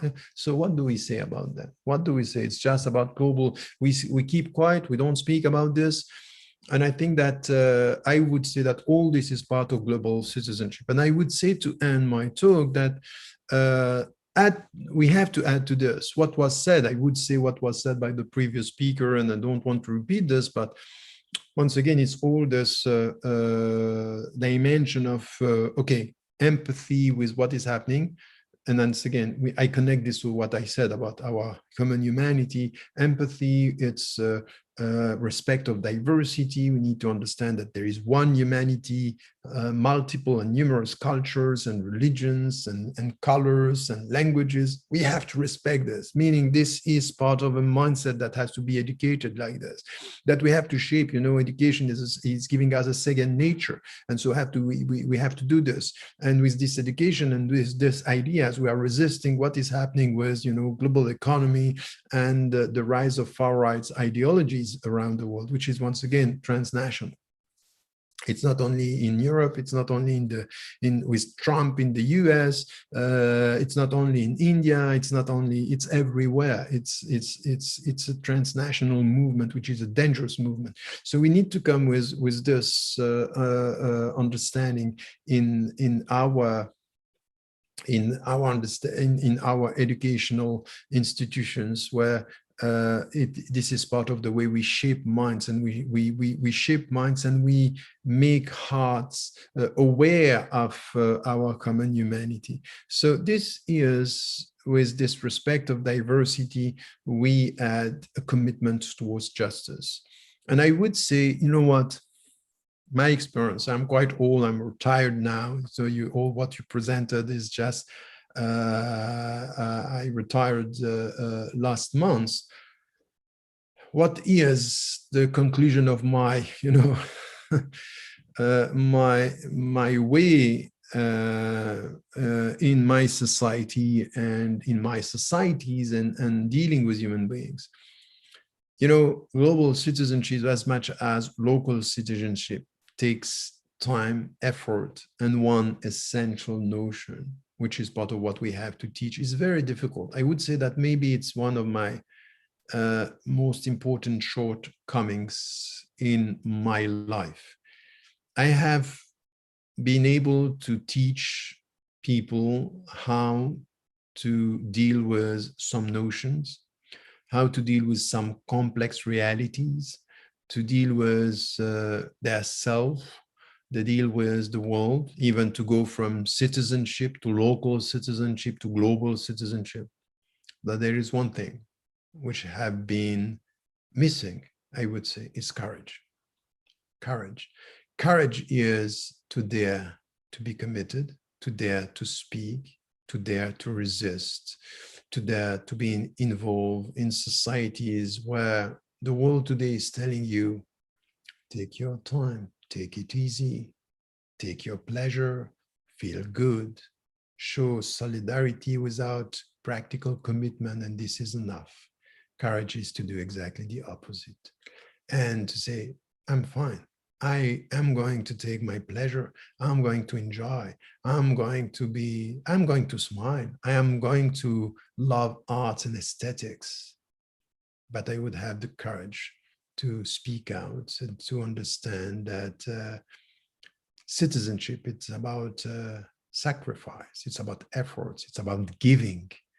And when you understand the meaning of giving, you understand that it's first your duties before your rights, even though you're not going to let your rights go in the name of power, in the name of economic interest. That's the point. And I hope it was clear and it was helping you to at least open discussions. That's the point. Thank you so much. Thank you so much, sir, for this enlightening lecture on this today's topic, global citizenship. I hope everybody, the participants, have been enlightened with this topic. Moving forward, we'll continue to the question and answer round. For this, I'd like to invite Dr. Abha Dubey, ma'am. Good morning, sir. It's my Good morning. pleasure to speak in front of you. Good in front of you. And you have completed and covered almost all the topics, and it is quite clear to us what exactly global citizenship means. It's all about our duty, and it's all about the humanity, and we should work for the greater cause above all our selfish interests. Is global citizenship education related to the sustainable development, development of the world. I'm not sure I got the sound is not clear. So is global citizenship connected to sustainable development? Yes, yes, yes. This was the question? Yes, it is the question. Okay. Yes, of course. Now, I don't know if you hear me well. Can you hear me? Yes, sir. Yes, sir. Okay, so that's fine. You know, of course, it's connected to sustainable development. Now, what is also an important discussion to have is, and I had it on one of my last books called Radical Reform, where I'm challenging the notion of sustainable development by saying, okay, look, I like the wording. I would like to know the substance. Let us get the substance. What is sustainable development? Is sustainable development a way to ask the people at the local level to comply with the capitalist and neoliberal system? Or is it sustainable development for the people at the local level and around the world to have something which is helping them to get at their level not only this obsession with growth, but with this commitment to balance their economy, balance their needs, and balance what they want to develop with what they have. So very often sustainable development is thought with, you know, the backdrop of the whole discussion is still growth in the way it is. And I would say I have a problem with this. I don't want to have new means for old, you know, ideologies. I would like to discuss, okay, sustainable development is fine, and we have to be involved with this. With what condition? Give me the definition. Give me what you want to develop and what is the whole ideology, because it could be very much misleading. I have seen so many, you know, I have been involved in third world solidarity for almost 20 years in African countries, in India, in South American countries. And you know, what I saw is people committed at the local level with a deep understanding of the global issues, but they were very much critical. Some were just duplicating, you know, the system, the economic system, and others were much critical about, okay, we have to be clear, sustainable development is not a growth development with some, you know, cosmetics in the way we deal with local and global economy. I would say it needs something which is much deeper than that. But of course, for me, it's connected. Thank you so much, sir. It is quite clear to us what do actually mean by sustainable development. Sir, there is one more question. Is nationalism being the obstacle in developing global consciousness? Nationalism being the obstacle in developing global consciousness? Yes, we should understand the reason and the causes of nationalism. Nationalism could be something which is, you know, a natural understanding that you belong to a community and it comes first. So this could be, you know, this could be patriotism, and you can understand, yes, my country, you know, people are supporting the soccer team, they are supporting the whatever, and they are supporting the country. There is nothing bad with this. It's just to feel a sense of belonging to your society. So this could be one of the reasons.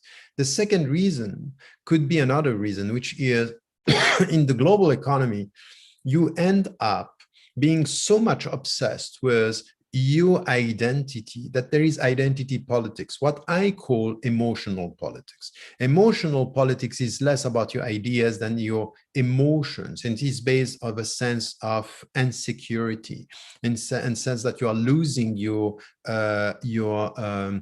identity and your principles. And you have parties and political parties that are nurturing this to the point that they are promoting nationalism, which is not patriotism, is celebrating your country, is rejecting all the others. And with this, yes, this is the most important obstacle to develop an understanding of global citizenship.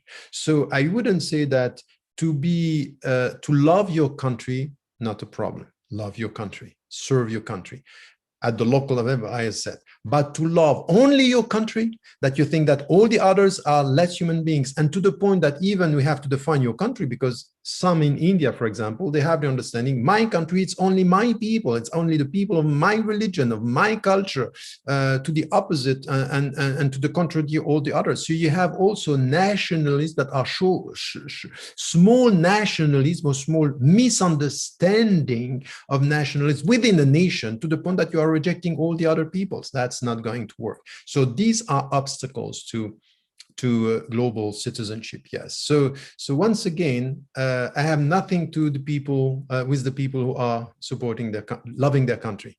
I'm very much a resistance to all the people who, in the name of their country, are rejecting all the others, dehumanizing part of the humanity, but not only this, within their country as well, they can be, and they can promote discrimination and targeting people because they think they are not really part of our country.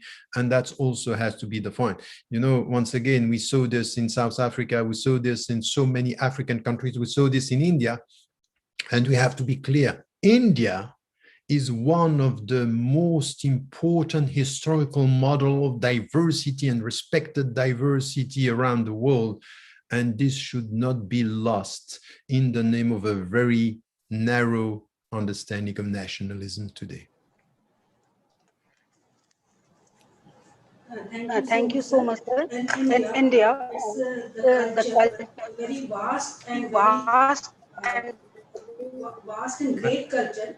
We pray for the entire Vast and great humanity, culture. for the We pray happiness for of the the entire entire world. humanity, for the happiness of the entire world, for their prosperity and for their good health.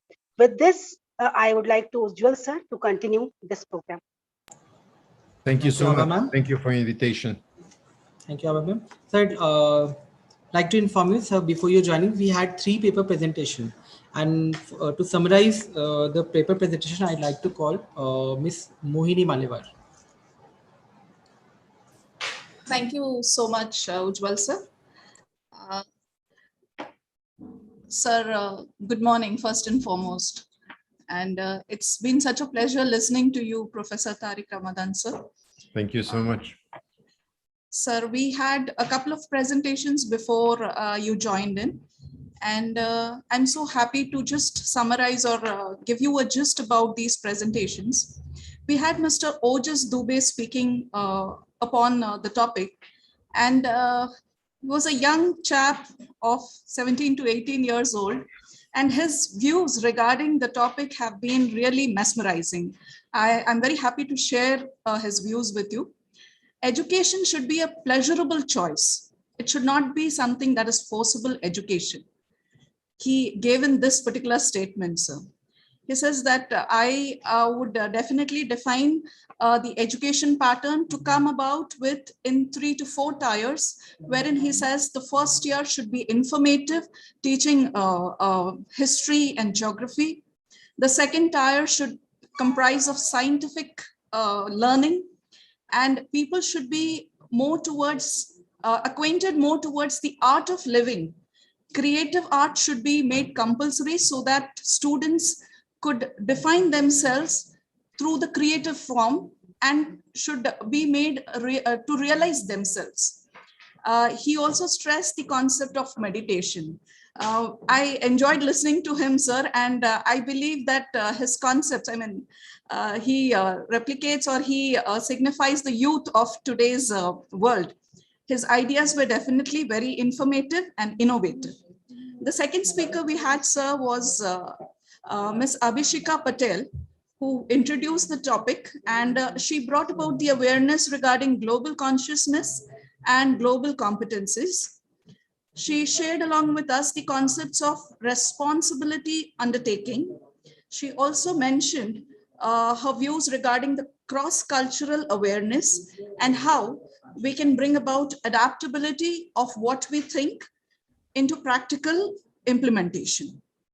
So this was the gist of the 2 papers that were presented. And of course, sir, I think you heard Ms. Anu Nagi. She had presented one of the papers wherein she spoke about the challenges of the pandemic, global entrepreneurship. sustainable growth with proper and rational solutions. So this was the gist regarding the papers presented, sir. And may I now request Dr. Tripti Gautam Parekh ma'am to extend vote of thanks and conclude this program of today. Thank you so much, ma'am. Thank you so much. It is fair to conclude that the conference was a great success.